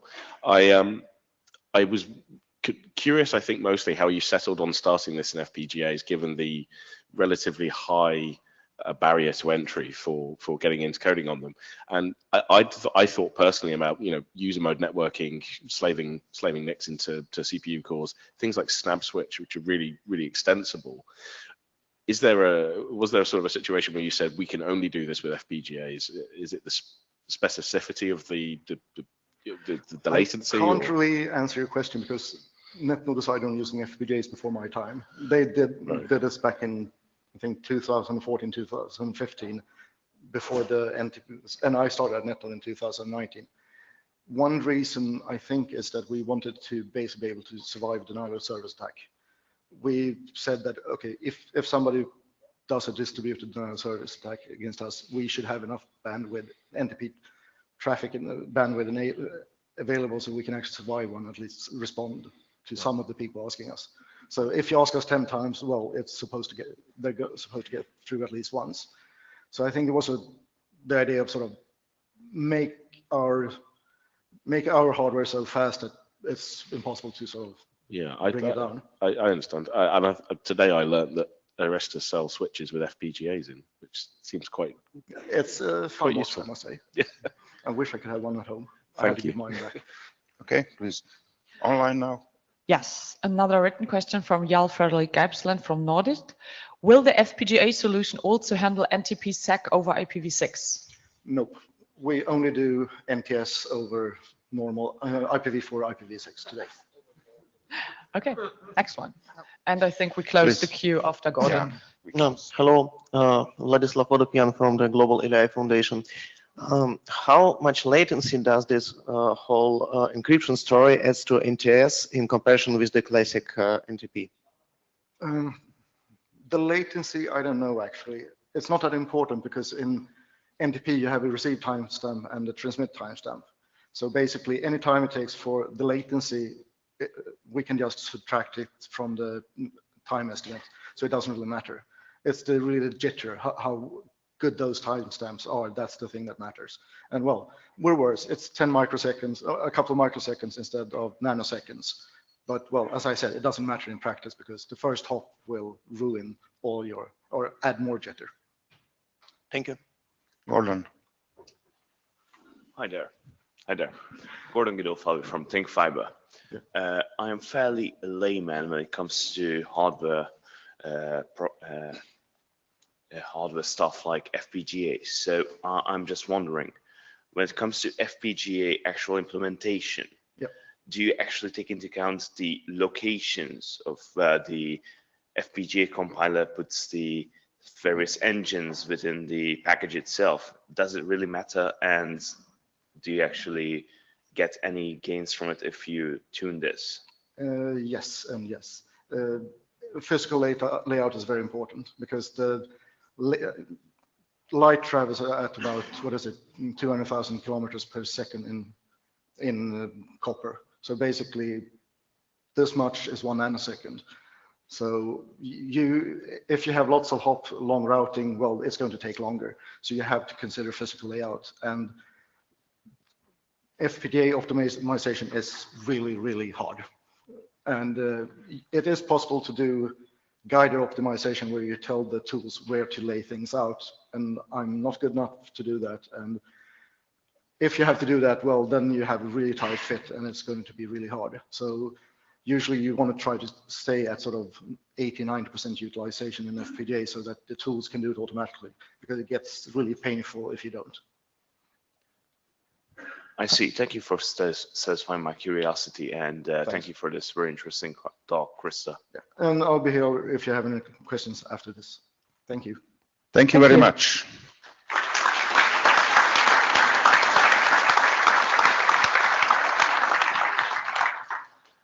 And next up is the tech team reporting on this lovely meeting from their perspective.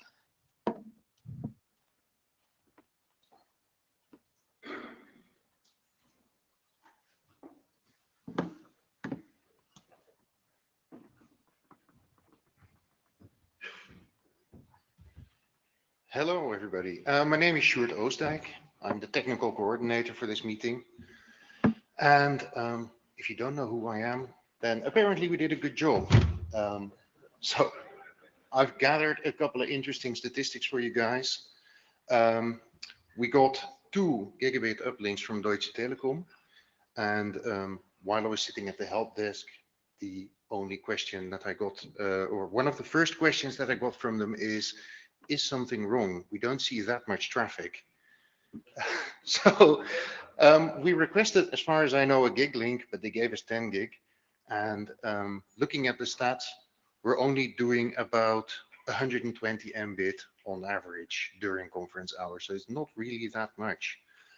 There was a nice spike at some point, about 720 Mbit. Not quite sure what it was. Maybe Apple rolling out an update or something. But most of it was actually over V6. So that's pretty interesting. V6 has been doing very well this meeting anyway, but we'll get to that in a sec. Here's a little drawing of what we put together this week. We have basically a switch at the core of it, and yeah, take your time. If you wanna look at this, have questions, come find me or email us. My email address will be at the end. We rolled out 45 access points. I've not heard anybody complain about the Wi-Fi, so I hope you guys all had a nice experience. I think they're getting nice and warm. So, you know, if you if you're feeling irradiated, that might be it. So like I said, IPv6 has been doing very well. If you look at this graph, this is just one day of traffic. But actually the green bits are IPv6 and the red bits are IPv4. And the green bits are actually winning. So I think that's pretty good news. So Jen also is enthusiastic about IPv6, and she found me, I don't know if she's still here. She found me yesterday all excited that the Wi-Fi at the dinner was actually V6 only. We checked and it's true, and somebody did it, but we have no clue who. So, there's the, okay. So that's pretty nice. We also have a new webcast setup. I made a very professional diagram. So most of it's actually the same, but it's Meet Echo that you all know and love from the you know, meetings during COVID, right?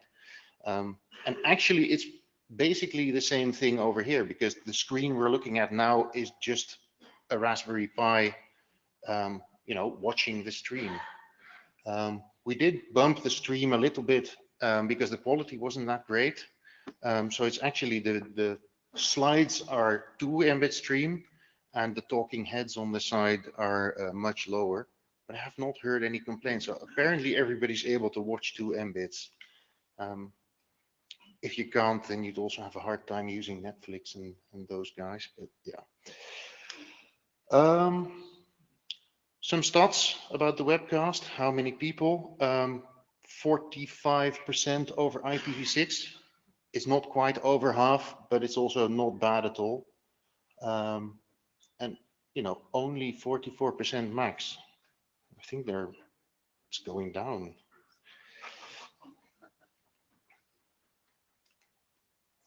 Yeah. Coffee statistics, also very important. Most important thing.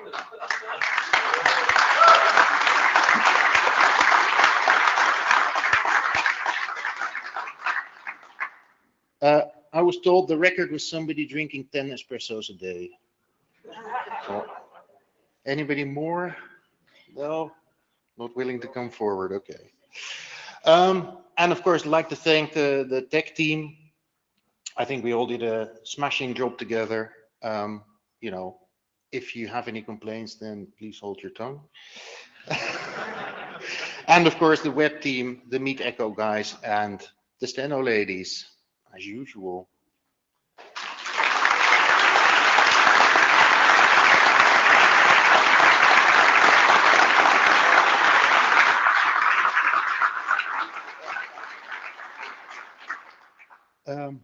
That's it. Any questions?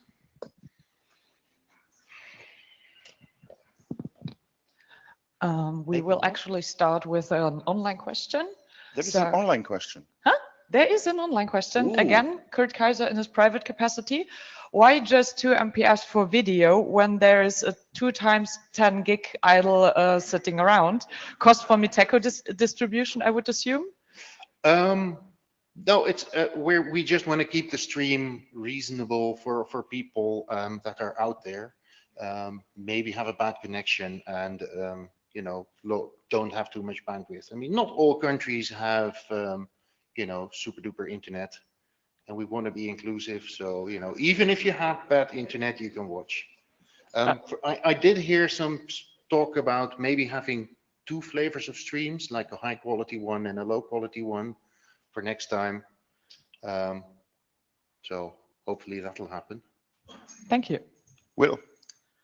Will, IS 2613. I was wondering if you had any way to protect yourself in case of a DDoS attack on those 2 10 gigs, because I know some users that have 25 at home and they could fill the pipe.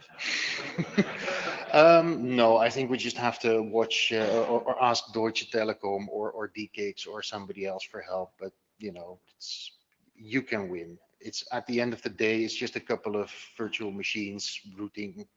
Yes, it's more like a concern for the because if we are relying on this platform to have like the remote participation and so on, it will actually split the community if we've got like some issue. And I'm not talking about like the nice people here in this room. I'm like the other nice people around there in the internet. I think the easy solution is, so we upload the stream to some servers in the cloud and distribute everything from there.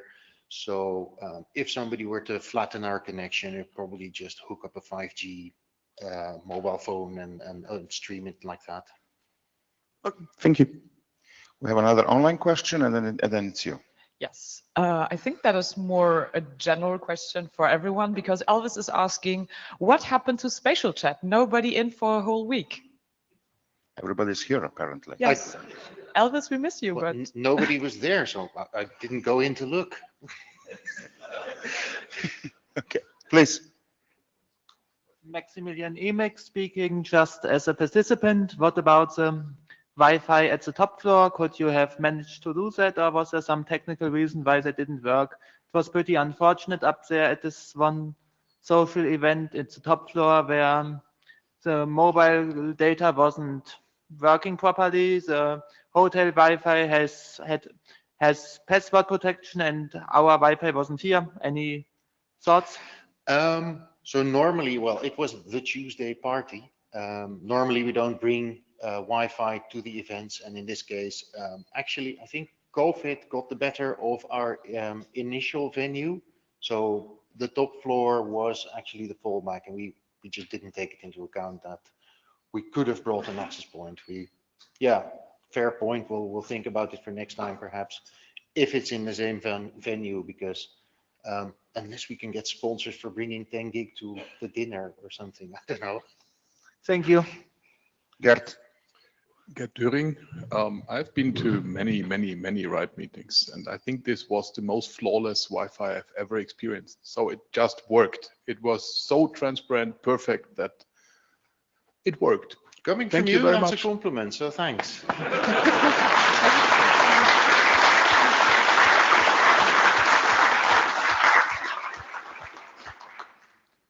Daniel, please. Daniel Karrenberg, just myself. Just not to have only compliments. Can you explain what the purpose is of adding this random delay to the slide clicker? That's because it's actually the Meet Echo stream. So you click it here, it goes to the Mac over there, and then you know, it's that the thing advances the slide, but the stream is just a couple seconds behind. So that's the delay. Maybe instruct the speakers a little better next time. Mystery solved. Anna Wilson, HENS. I've done stand-up. I know how a microphone works. I want to say thank you particularly for the way the videos of the talks are posted so quickly, because it's such a cool thing to be able to watch a talk, go, that was amazing, I need to share it, and by the time I hit the website, it's already there. Thank you so much.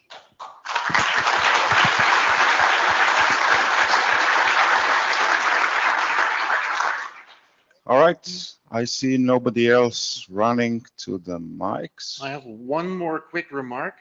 Please. Actually, the truck to come pick up all our stuff is quite early this time. So if you want to print a boarding pass, well, I mean, I don't know, do so before lunch, because we're going to have to take the network down quite quickly. But really, is anybody going to print a boarding pass? I don't know. Are we still doing this?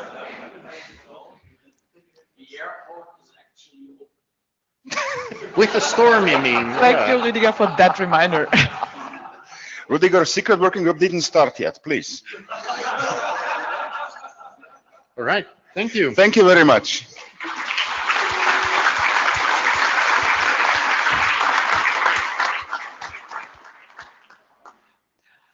And with that, the program committee hands over responsibility of this session to our lovely chair, Miriam. And we would like you to remember that you can still rate the talks. We love your input. And with that, over to our chair. Thank you very much. There go my notes. I'm new to this. I still need notes. Thank you. Thanks for running this. I think this was a fantastic program. Maybe first of all, thanks to the PC and for the chairing the session chairs also this morning. It was really good to have some good content this morning. So people actually got up and were in the room and listened to the presenters, which was great. Right, this is coming to an end. It's great to still see so many of you. Yeah, just gonna walk you through some more statistics. We had totally checked in attendees 769, which I don't know and compare it to previous, you know, physical meetings, but looks pretty high. Especially we also had 180 online attendees, which is great. We had 211 views per day on average and 228 newcomers, which is I think also a good number. 179 on site and 46 online. We had only one child on site, but that's also because we were a little careful still with like bringing kids to the event with like COVID. And, but we had 8 online children for the childcare, which we kind of carried over from the remote meetings, so that it's still being used. I also included here a report from the trusted contacts. So we had the 4 trusted contacts here during the week, and they were they gave me some numbers. I'm just going to look at my notes here. So there were 2 direct approaches, one in person and one via email. The email complaint was resolved to the satisfaction of everybody involved. The other complaint is still waiting for resolution. And there were several reports from third parties brought forward to the trusted contacts. Most of them were related to aggressive tone of voice used at the microphones. Then there were some other reports, but they were the main point. And I mean, the fact that we have more reports than, it seems like more reports than we had in the past, maybe also because we're reporting about it better. I think it's actually a positive sign. First of all, it looks like people are actually looking out for each other and noticing things and going to report them. And also I had the feelings the trusted contacts were approachable and visible, and we had these posters out there, so they were easier to find.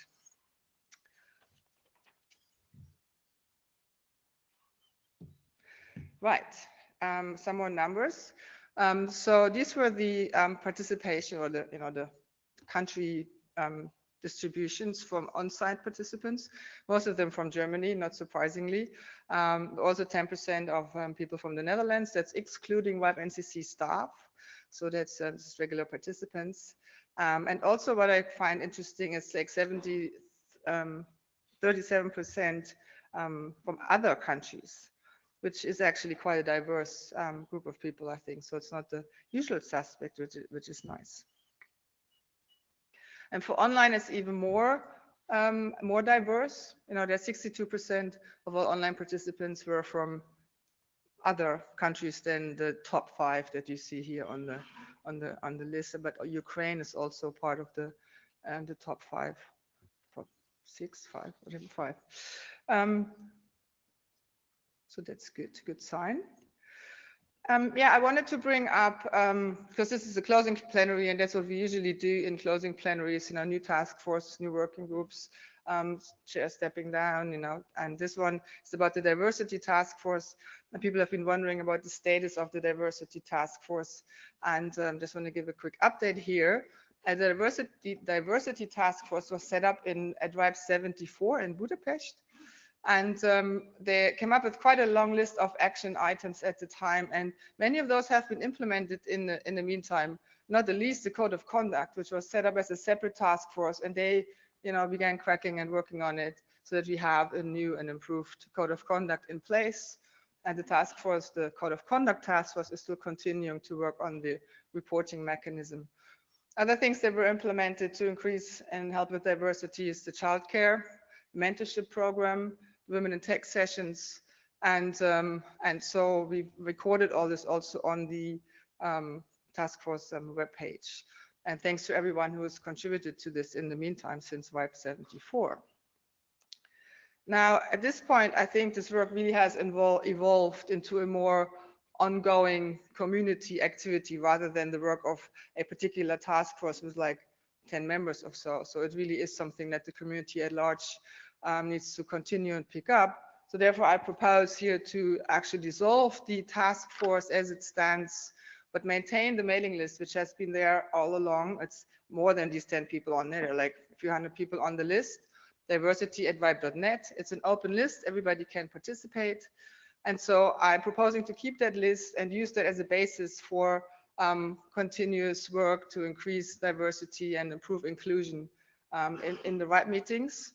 So everybody's welcome. I'm looking forward to new and constructive ideas on the list, and then we can see based on that how we, if you can maybe have regular reports to the community, or from time to time a meeting, maybe the task force or the list, the group, the community can also take on the responsibility to organize these diversity in tech sessions. Maybe we don't want to call them women in tech anymore. There was one feedback we received. So there's a lot more work to be done, and I would kind of like to give that back to the community. Are there any? Oh. Okay.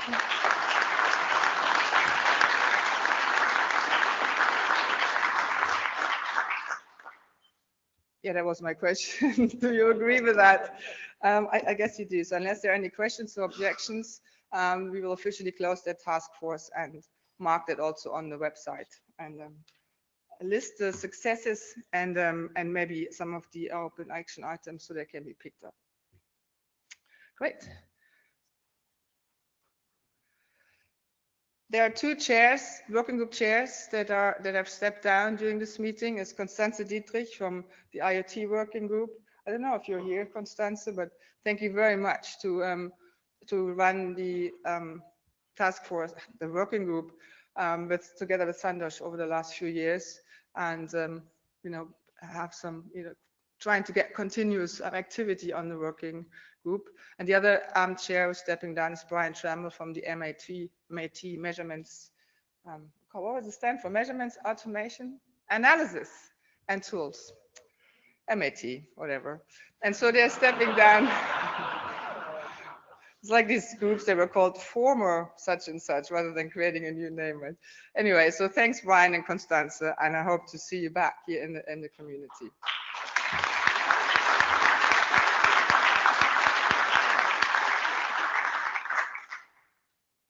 And of course, we also have some incoming chairs.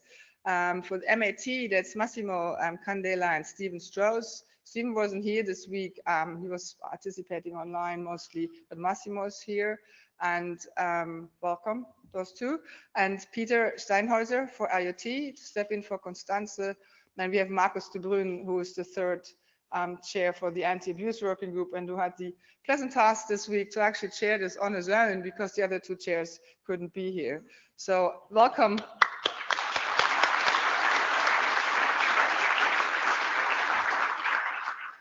And so here you see the full list of working group chairs that we currently have. And you can see on each of the pages when they started and what the terms are and when the next round of nominations will take place. And also the biography of these chairs, you can also see them there. Well, also many thanks again to the PC. This is the current PC that put together the agenda for RIPE 84. And I was told that there are some gifts for you. Where are they? So those of you who are here, Franziska, I can see you. I can see Jan.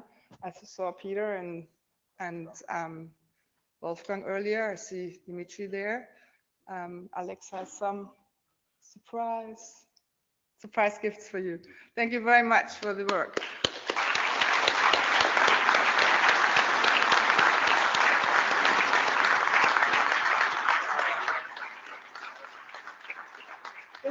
Alex.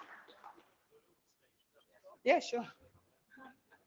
Now, I was particularly stressful this time because there were only a few PC members here at the meeting, and I saw them struggling, with shifting around presentations. Some presenters couldn't make it, and they had to be very creative to put together the program. Oh, me too.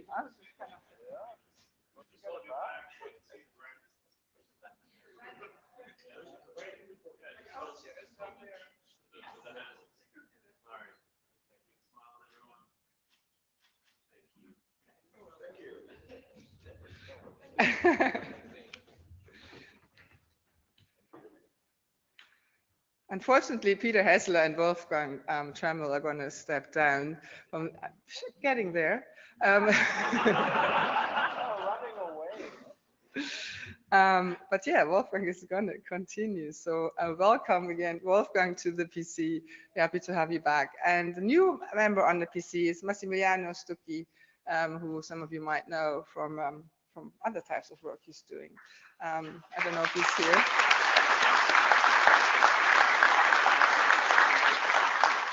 And also thanks for all the other nominees. We had quite a large group of nominations this time, which we were very happy with because the last few years we were struggling, and it's great to see so many of you are interested to contribute to the program of the RIPE meeting. I think that's really essential.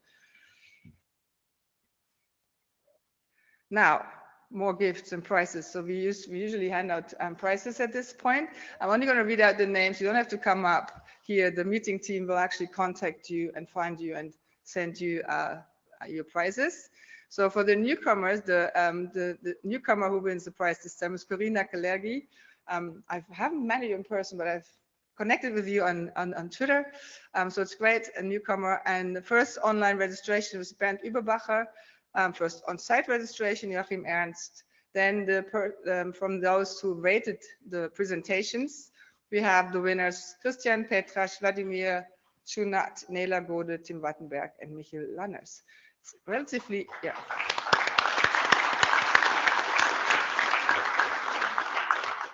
And also Kahoot, the Kahoot winners are listed here. We couldn't find the person behind A at BKICS. So if you're around and if you know who you are, please, oh, right.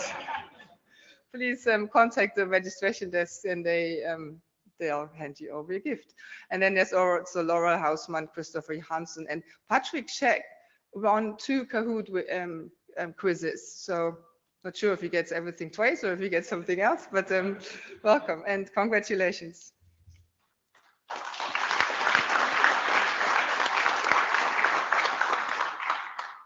There's still time to give us feedback about the meeting, all aspects of it, not just rating the talks, but also the meeting in general, what you liked, what you didn't like. I have to admit, I heard a lot of positive feedback this time, and people were generally happy to be here and to see each other. Maybe that's also reflected in the relatively low traffic that Sjoerd was presenting. People were just talking to each other in real life. That was just amazing. And of course, many thanks to our local hosts and DKICS and all the other sponsors that you can see here on the slides who helped us to fund various parts of the meeting, the lunches and the coffee breaks, connectivity, and everything else that's needed for this meeting. So thank you.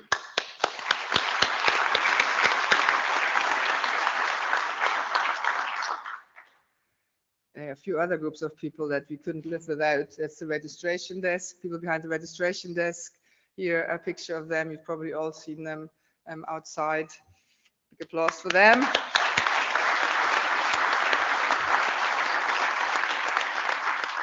Stenographers, one of you is here. Yeah.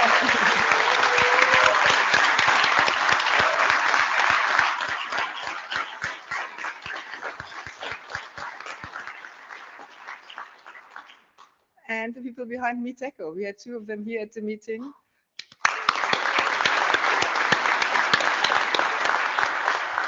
And some more behind in the background. And of course, also big thanks to our tech team. I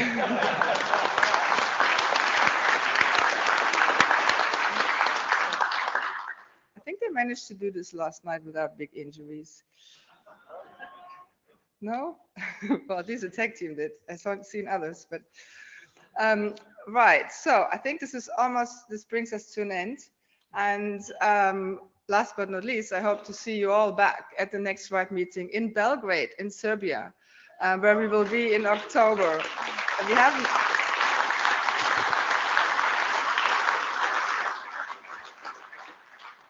We haven't been in that region for the RIPE meeting in quite a while, and we have the Southeast European meetings there, of course, but it's great to be back there for a RIPE meeting. So I'm really looking forward to it. And we have a bit of a surprise, not you, no. We have actually a bit of a teaser from one of the hosts of the RIPE 85 meeting, Žarko Kecic. If you're here, then he would like to give you a bit of a teaser to encourage you all to come to Belgrade.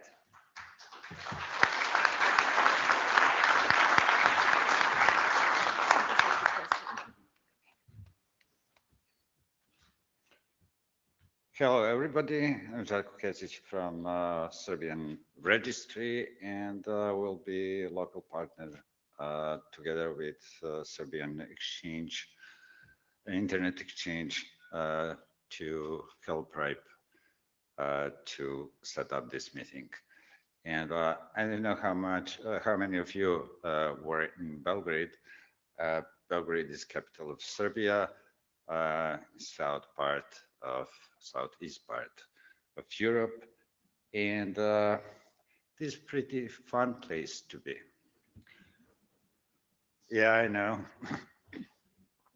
I have to tell you because mostly I'm not getting that question from Europeans, but from people overseas. They ask, are you carrying guns? No, we are not carrying guns, and we are not shooting each other on the streets. And we are usually really good hosts.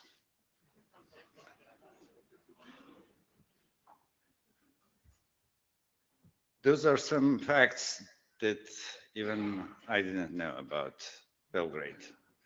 Belgrade is one of the oldest city in the world.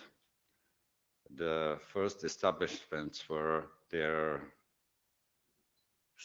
more than 7,000 years ago, and it is the oldest continuously inhabited city in the Europe. It is the largest city of Serbia. It has around 2 million people. You'll see some pictures because if I tease you, I have to tease you with nice pictures and nice area. And city doesn't have actually does have two different parts. The old city with some buildings from the end of 19th century, and most of them are after the Second World War, and New Belgrade, which is social city, and we call that sleeping area for Belgrade, but it is developing now in business centers, so it looks much better now than some 10 or 15 years ago. Belgrade is located at the crossroads of the roads from east to west and from north to south, at the confluence of two big rivers, Danube, that's the biggest European river, and Sava, which is the biggest river in Balkan Peninsula.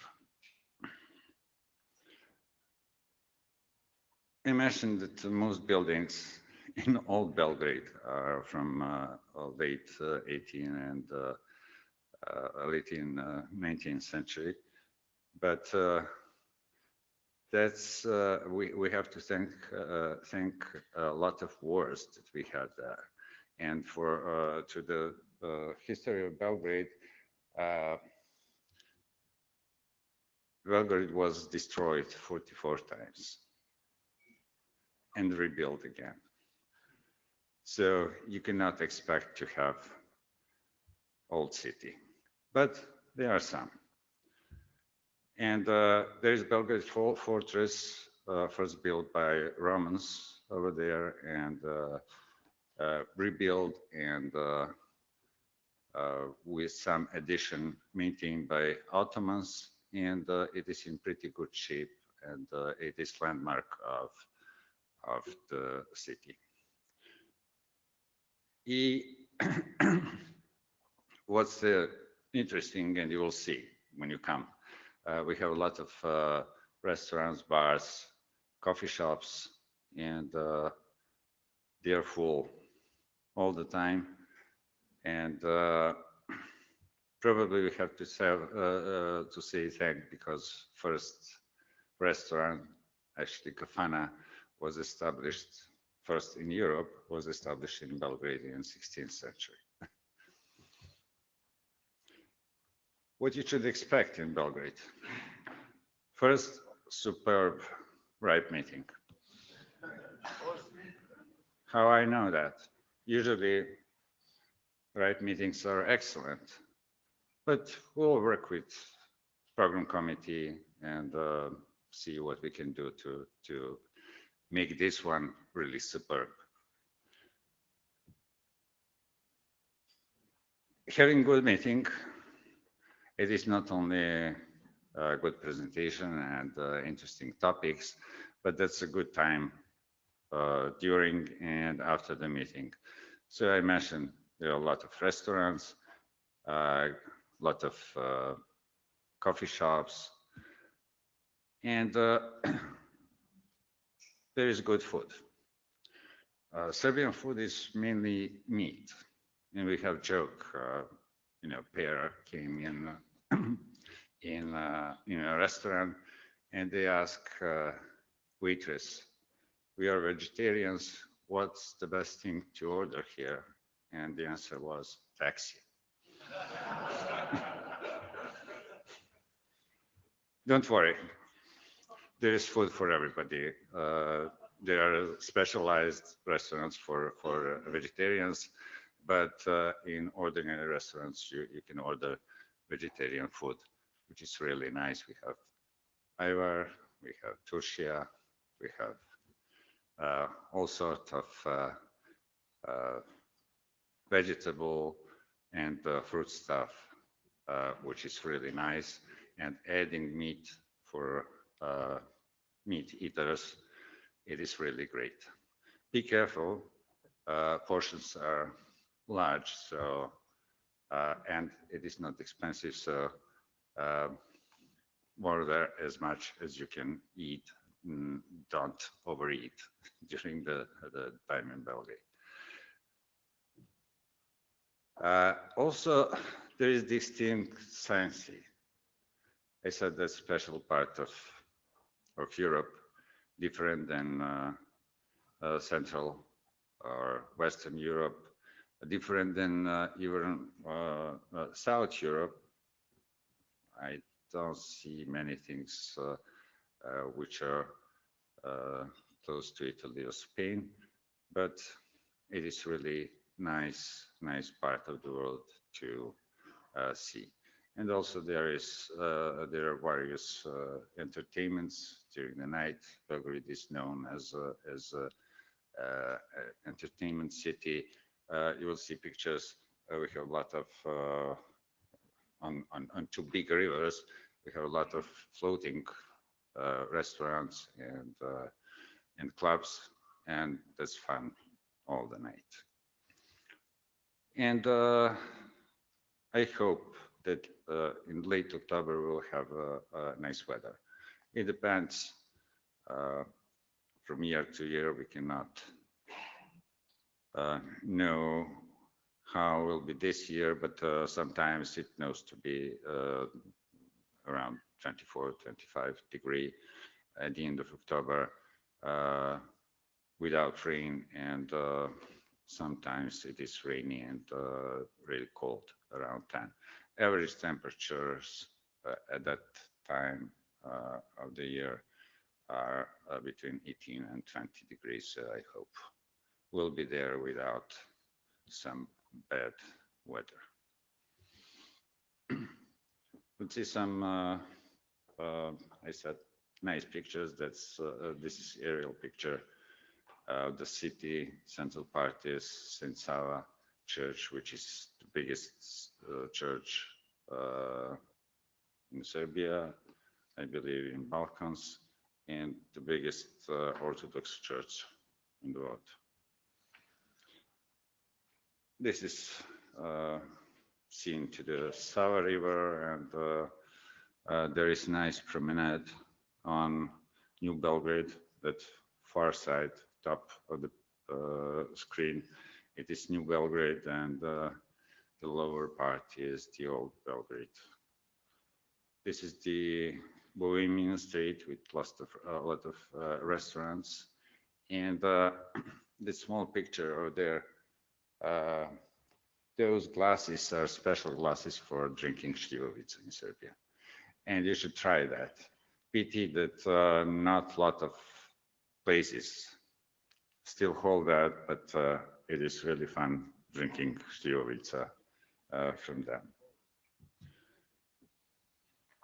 This is a picture of Delta of the Sava, bottom left into Danube, but on this picture doesn't look that, but in life it looks like Danube is coming to the Sava, not vice versa. And at the middle, you can see the big war island. I don't know why it is called. I don't know any big battle over there. But that island is well known for big amount of different species of birds, and it is protected area for them. Sometimes Also, some wild animals from Ireland swim to Belgrade, and we have deers.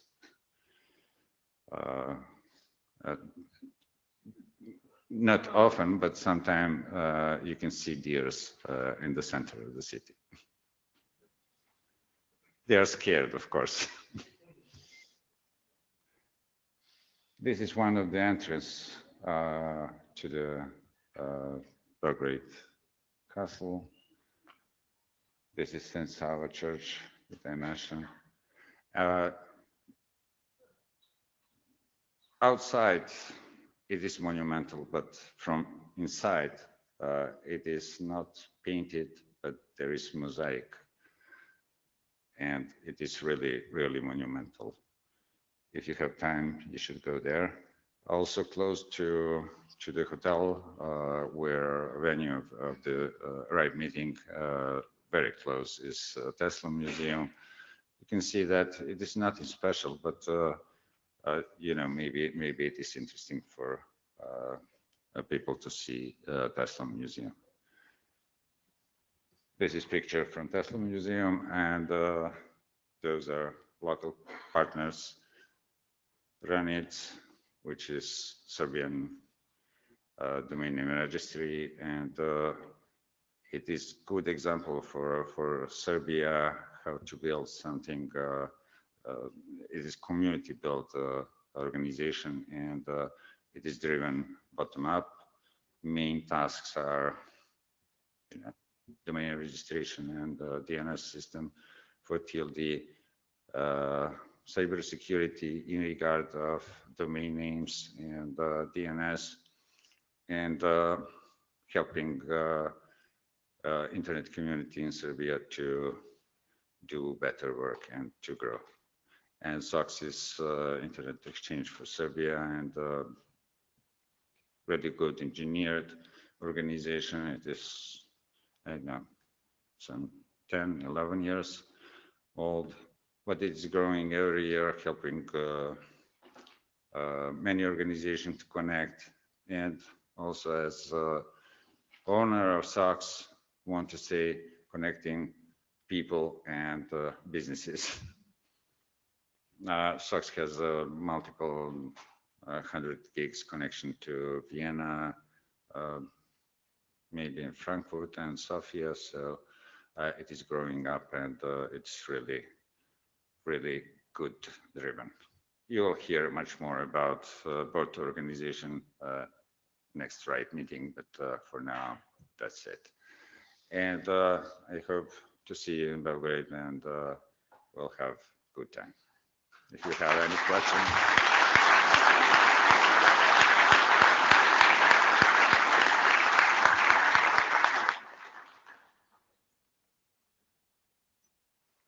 I guess no questions.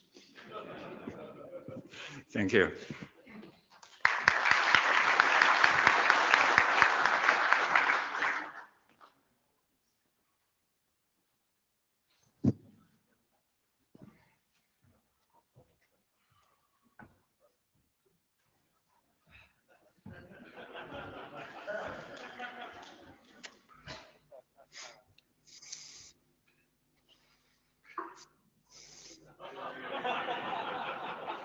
So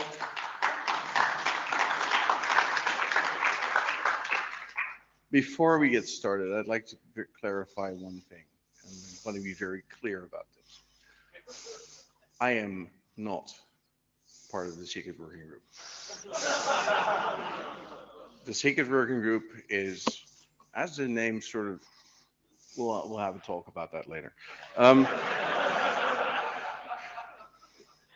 Is as sort of the name betrays it is secret.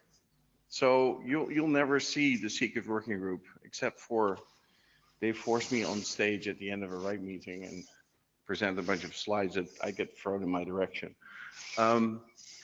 So yeah, so this is the secret working group, RIPE 84 in Berlin.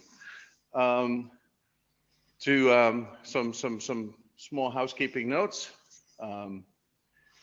Secret means No pictures, no Facebook, no Twitter, no Instagram, no Snapchat, no WhatsApp, also no TikTok, but I forgot to update the slide, and certainly and most definitely no Splat.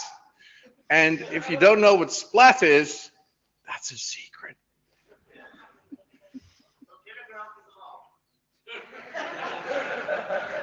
Look, I can go over all 47 different social media platforms, and by the time I'm done listing them, you'll probably have invented number 48, but I think you get the general concept, right? Speaking of this, this is me trying to keep track of stuff going on at a RIPE meeting, which is, I think, helped by every time I go to a new RIPE meeting, there's a new tool that we can use. And I don't know, maybe do some cleanup, I don't know. Some consolidation for messaging protocols would be nice. I think we had something like that at some point in the past. What else do we have? Yes, a retraction. The secret working group would like to come back from a statement of at a previous RIPE meeting. Back at RIPE 79,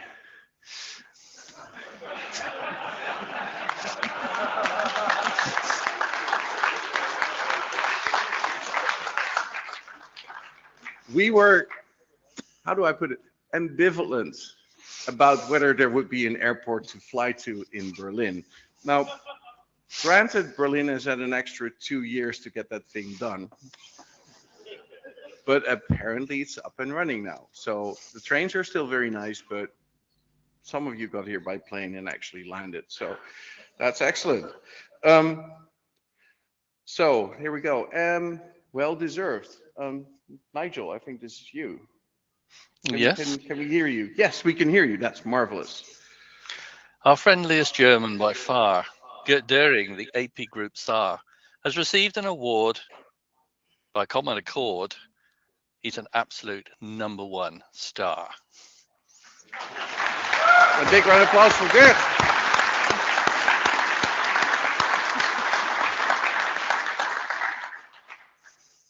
Now, this is a bit uncommon, but then again, also this is Berlin. So the following section of this presentation is rated R for nudity and extreme violence. So people of a sensitive nature, please look away. Overexposed. When opening, good Dr. King hoped that Berlin would go with a zing. He had photos to show how he hoped things would go. But the last time they showed us more skin. And the secret working group wouldn't be the secret working group if they didn't have the archives and the cuttings from the editing room. So to complete the picture overview of RIPE 56, here's the pictures of the social that DKIX helped organize. This is the slide from the RIPE 56 working group session, and there's some other cuttings from the internet. Now, Berlin hasn't changed all that much.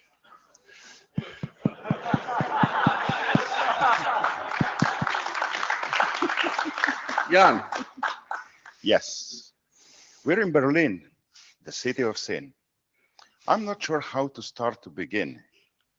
There were condoms for free, and a passionate plea for a sin and an act in Berlin.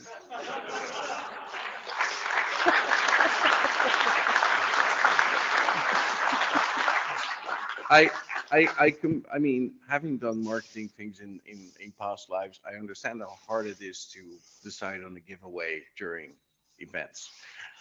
This has certainly never crossed my mind before.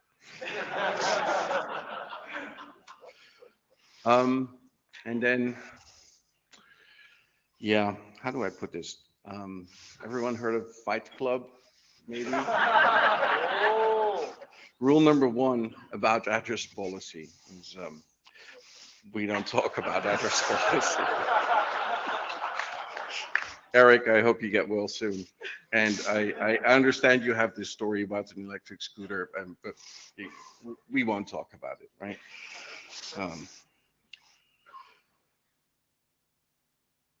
Schrodinger's box.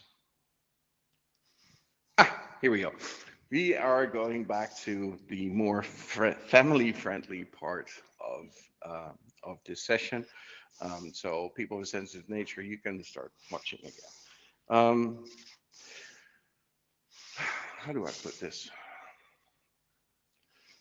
With apologies to Mr. Marley, and some things you don't need to write because they've already been written. I'm not going to try to sing. I'm certainly not the right origin to do reggae. But I'm on the run, but I ain't got no gun. See, they want to be the star, so they start fighting tribal war.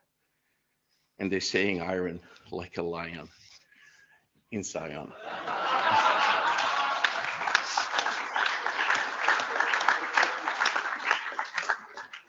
Again, with apologies to the estate of Mr. Marley. Here's something profoundly confusing. This is Windows in a firewall. I mean, the general concept of a firewall, I don't know. Never mind. Jan. The Windows 10 firewall is cool. It's replete with a many rule. If you use version 6, there are some you should fix, or you may look a bit of a fool.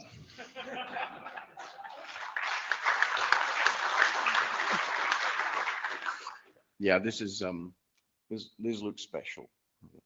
I don't know. Not protecting. Yeah.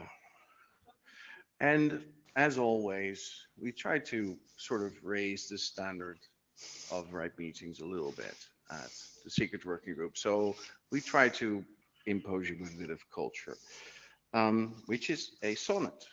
And because sonnets are a very particular kind of poetry, we have a particular kind of person reading it for us. So Nigel, off you go. Conduct unbecoming. We're back in person, and the CFC can take its rightful place as arbiter of fashion sense of clothes, but mostly tees. Where written across upper body, there are sentiments, both mundane and sublime, and some are just plain rude, but lots of fun. We must remember colours fade with time, but friendship glows despite our wish to shun. Remember conduct's driven from within. Your attitude to others always shows how you perceive them, person or a thing.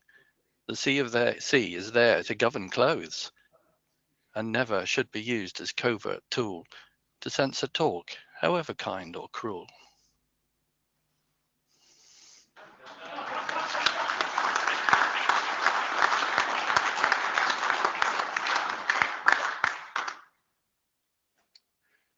Again, Schrodinger's box.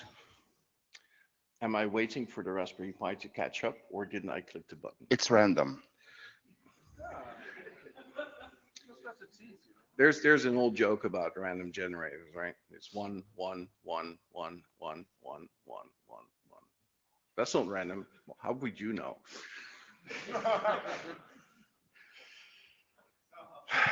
BC load letter.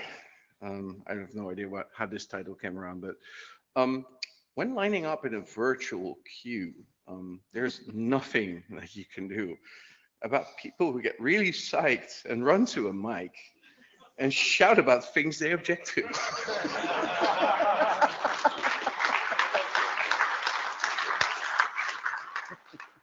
And with that, see you in Belgrade. Cheers.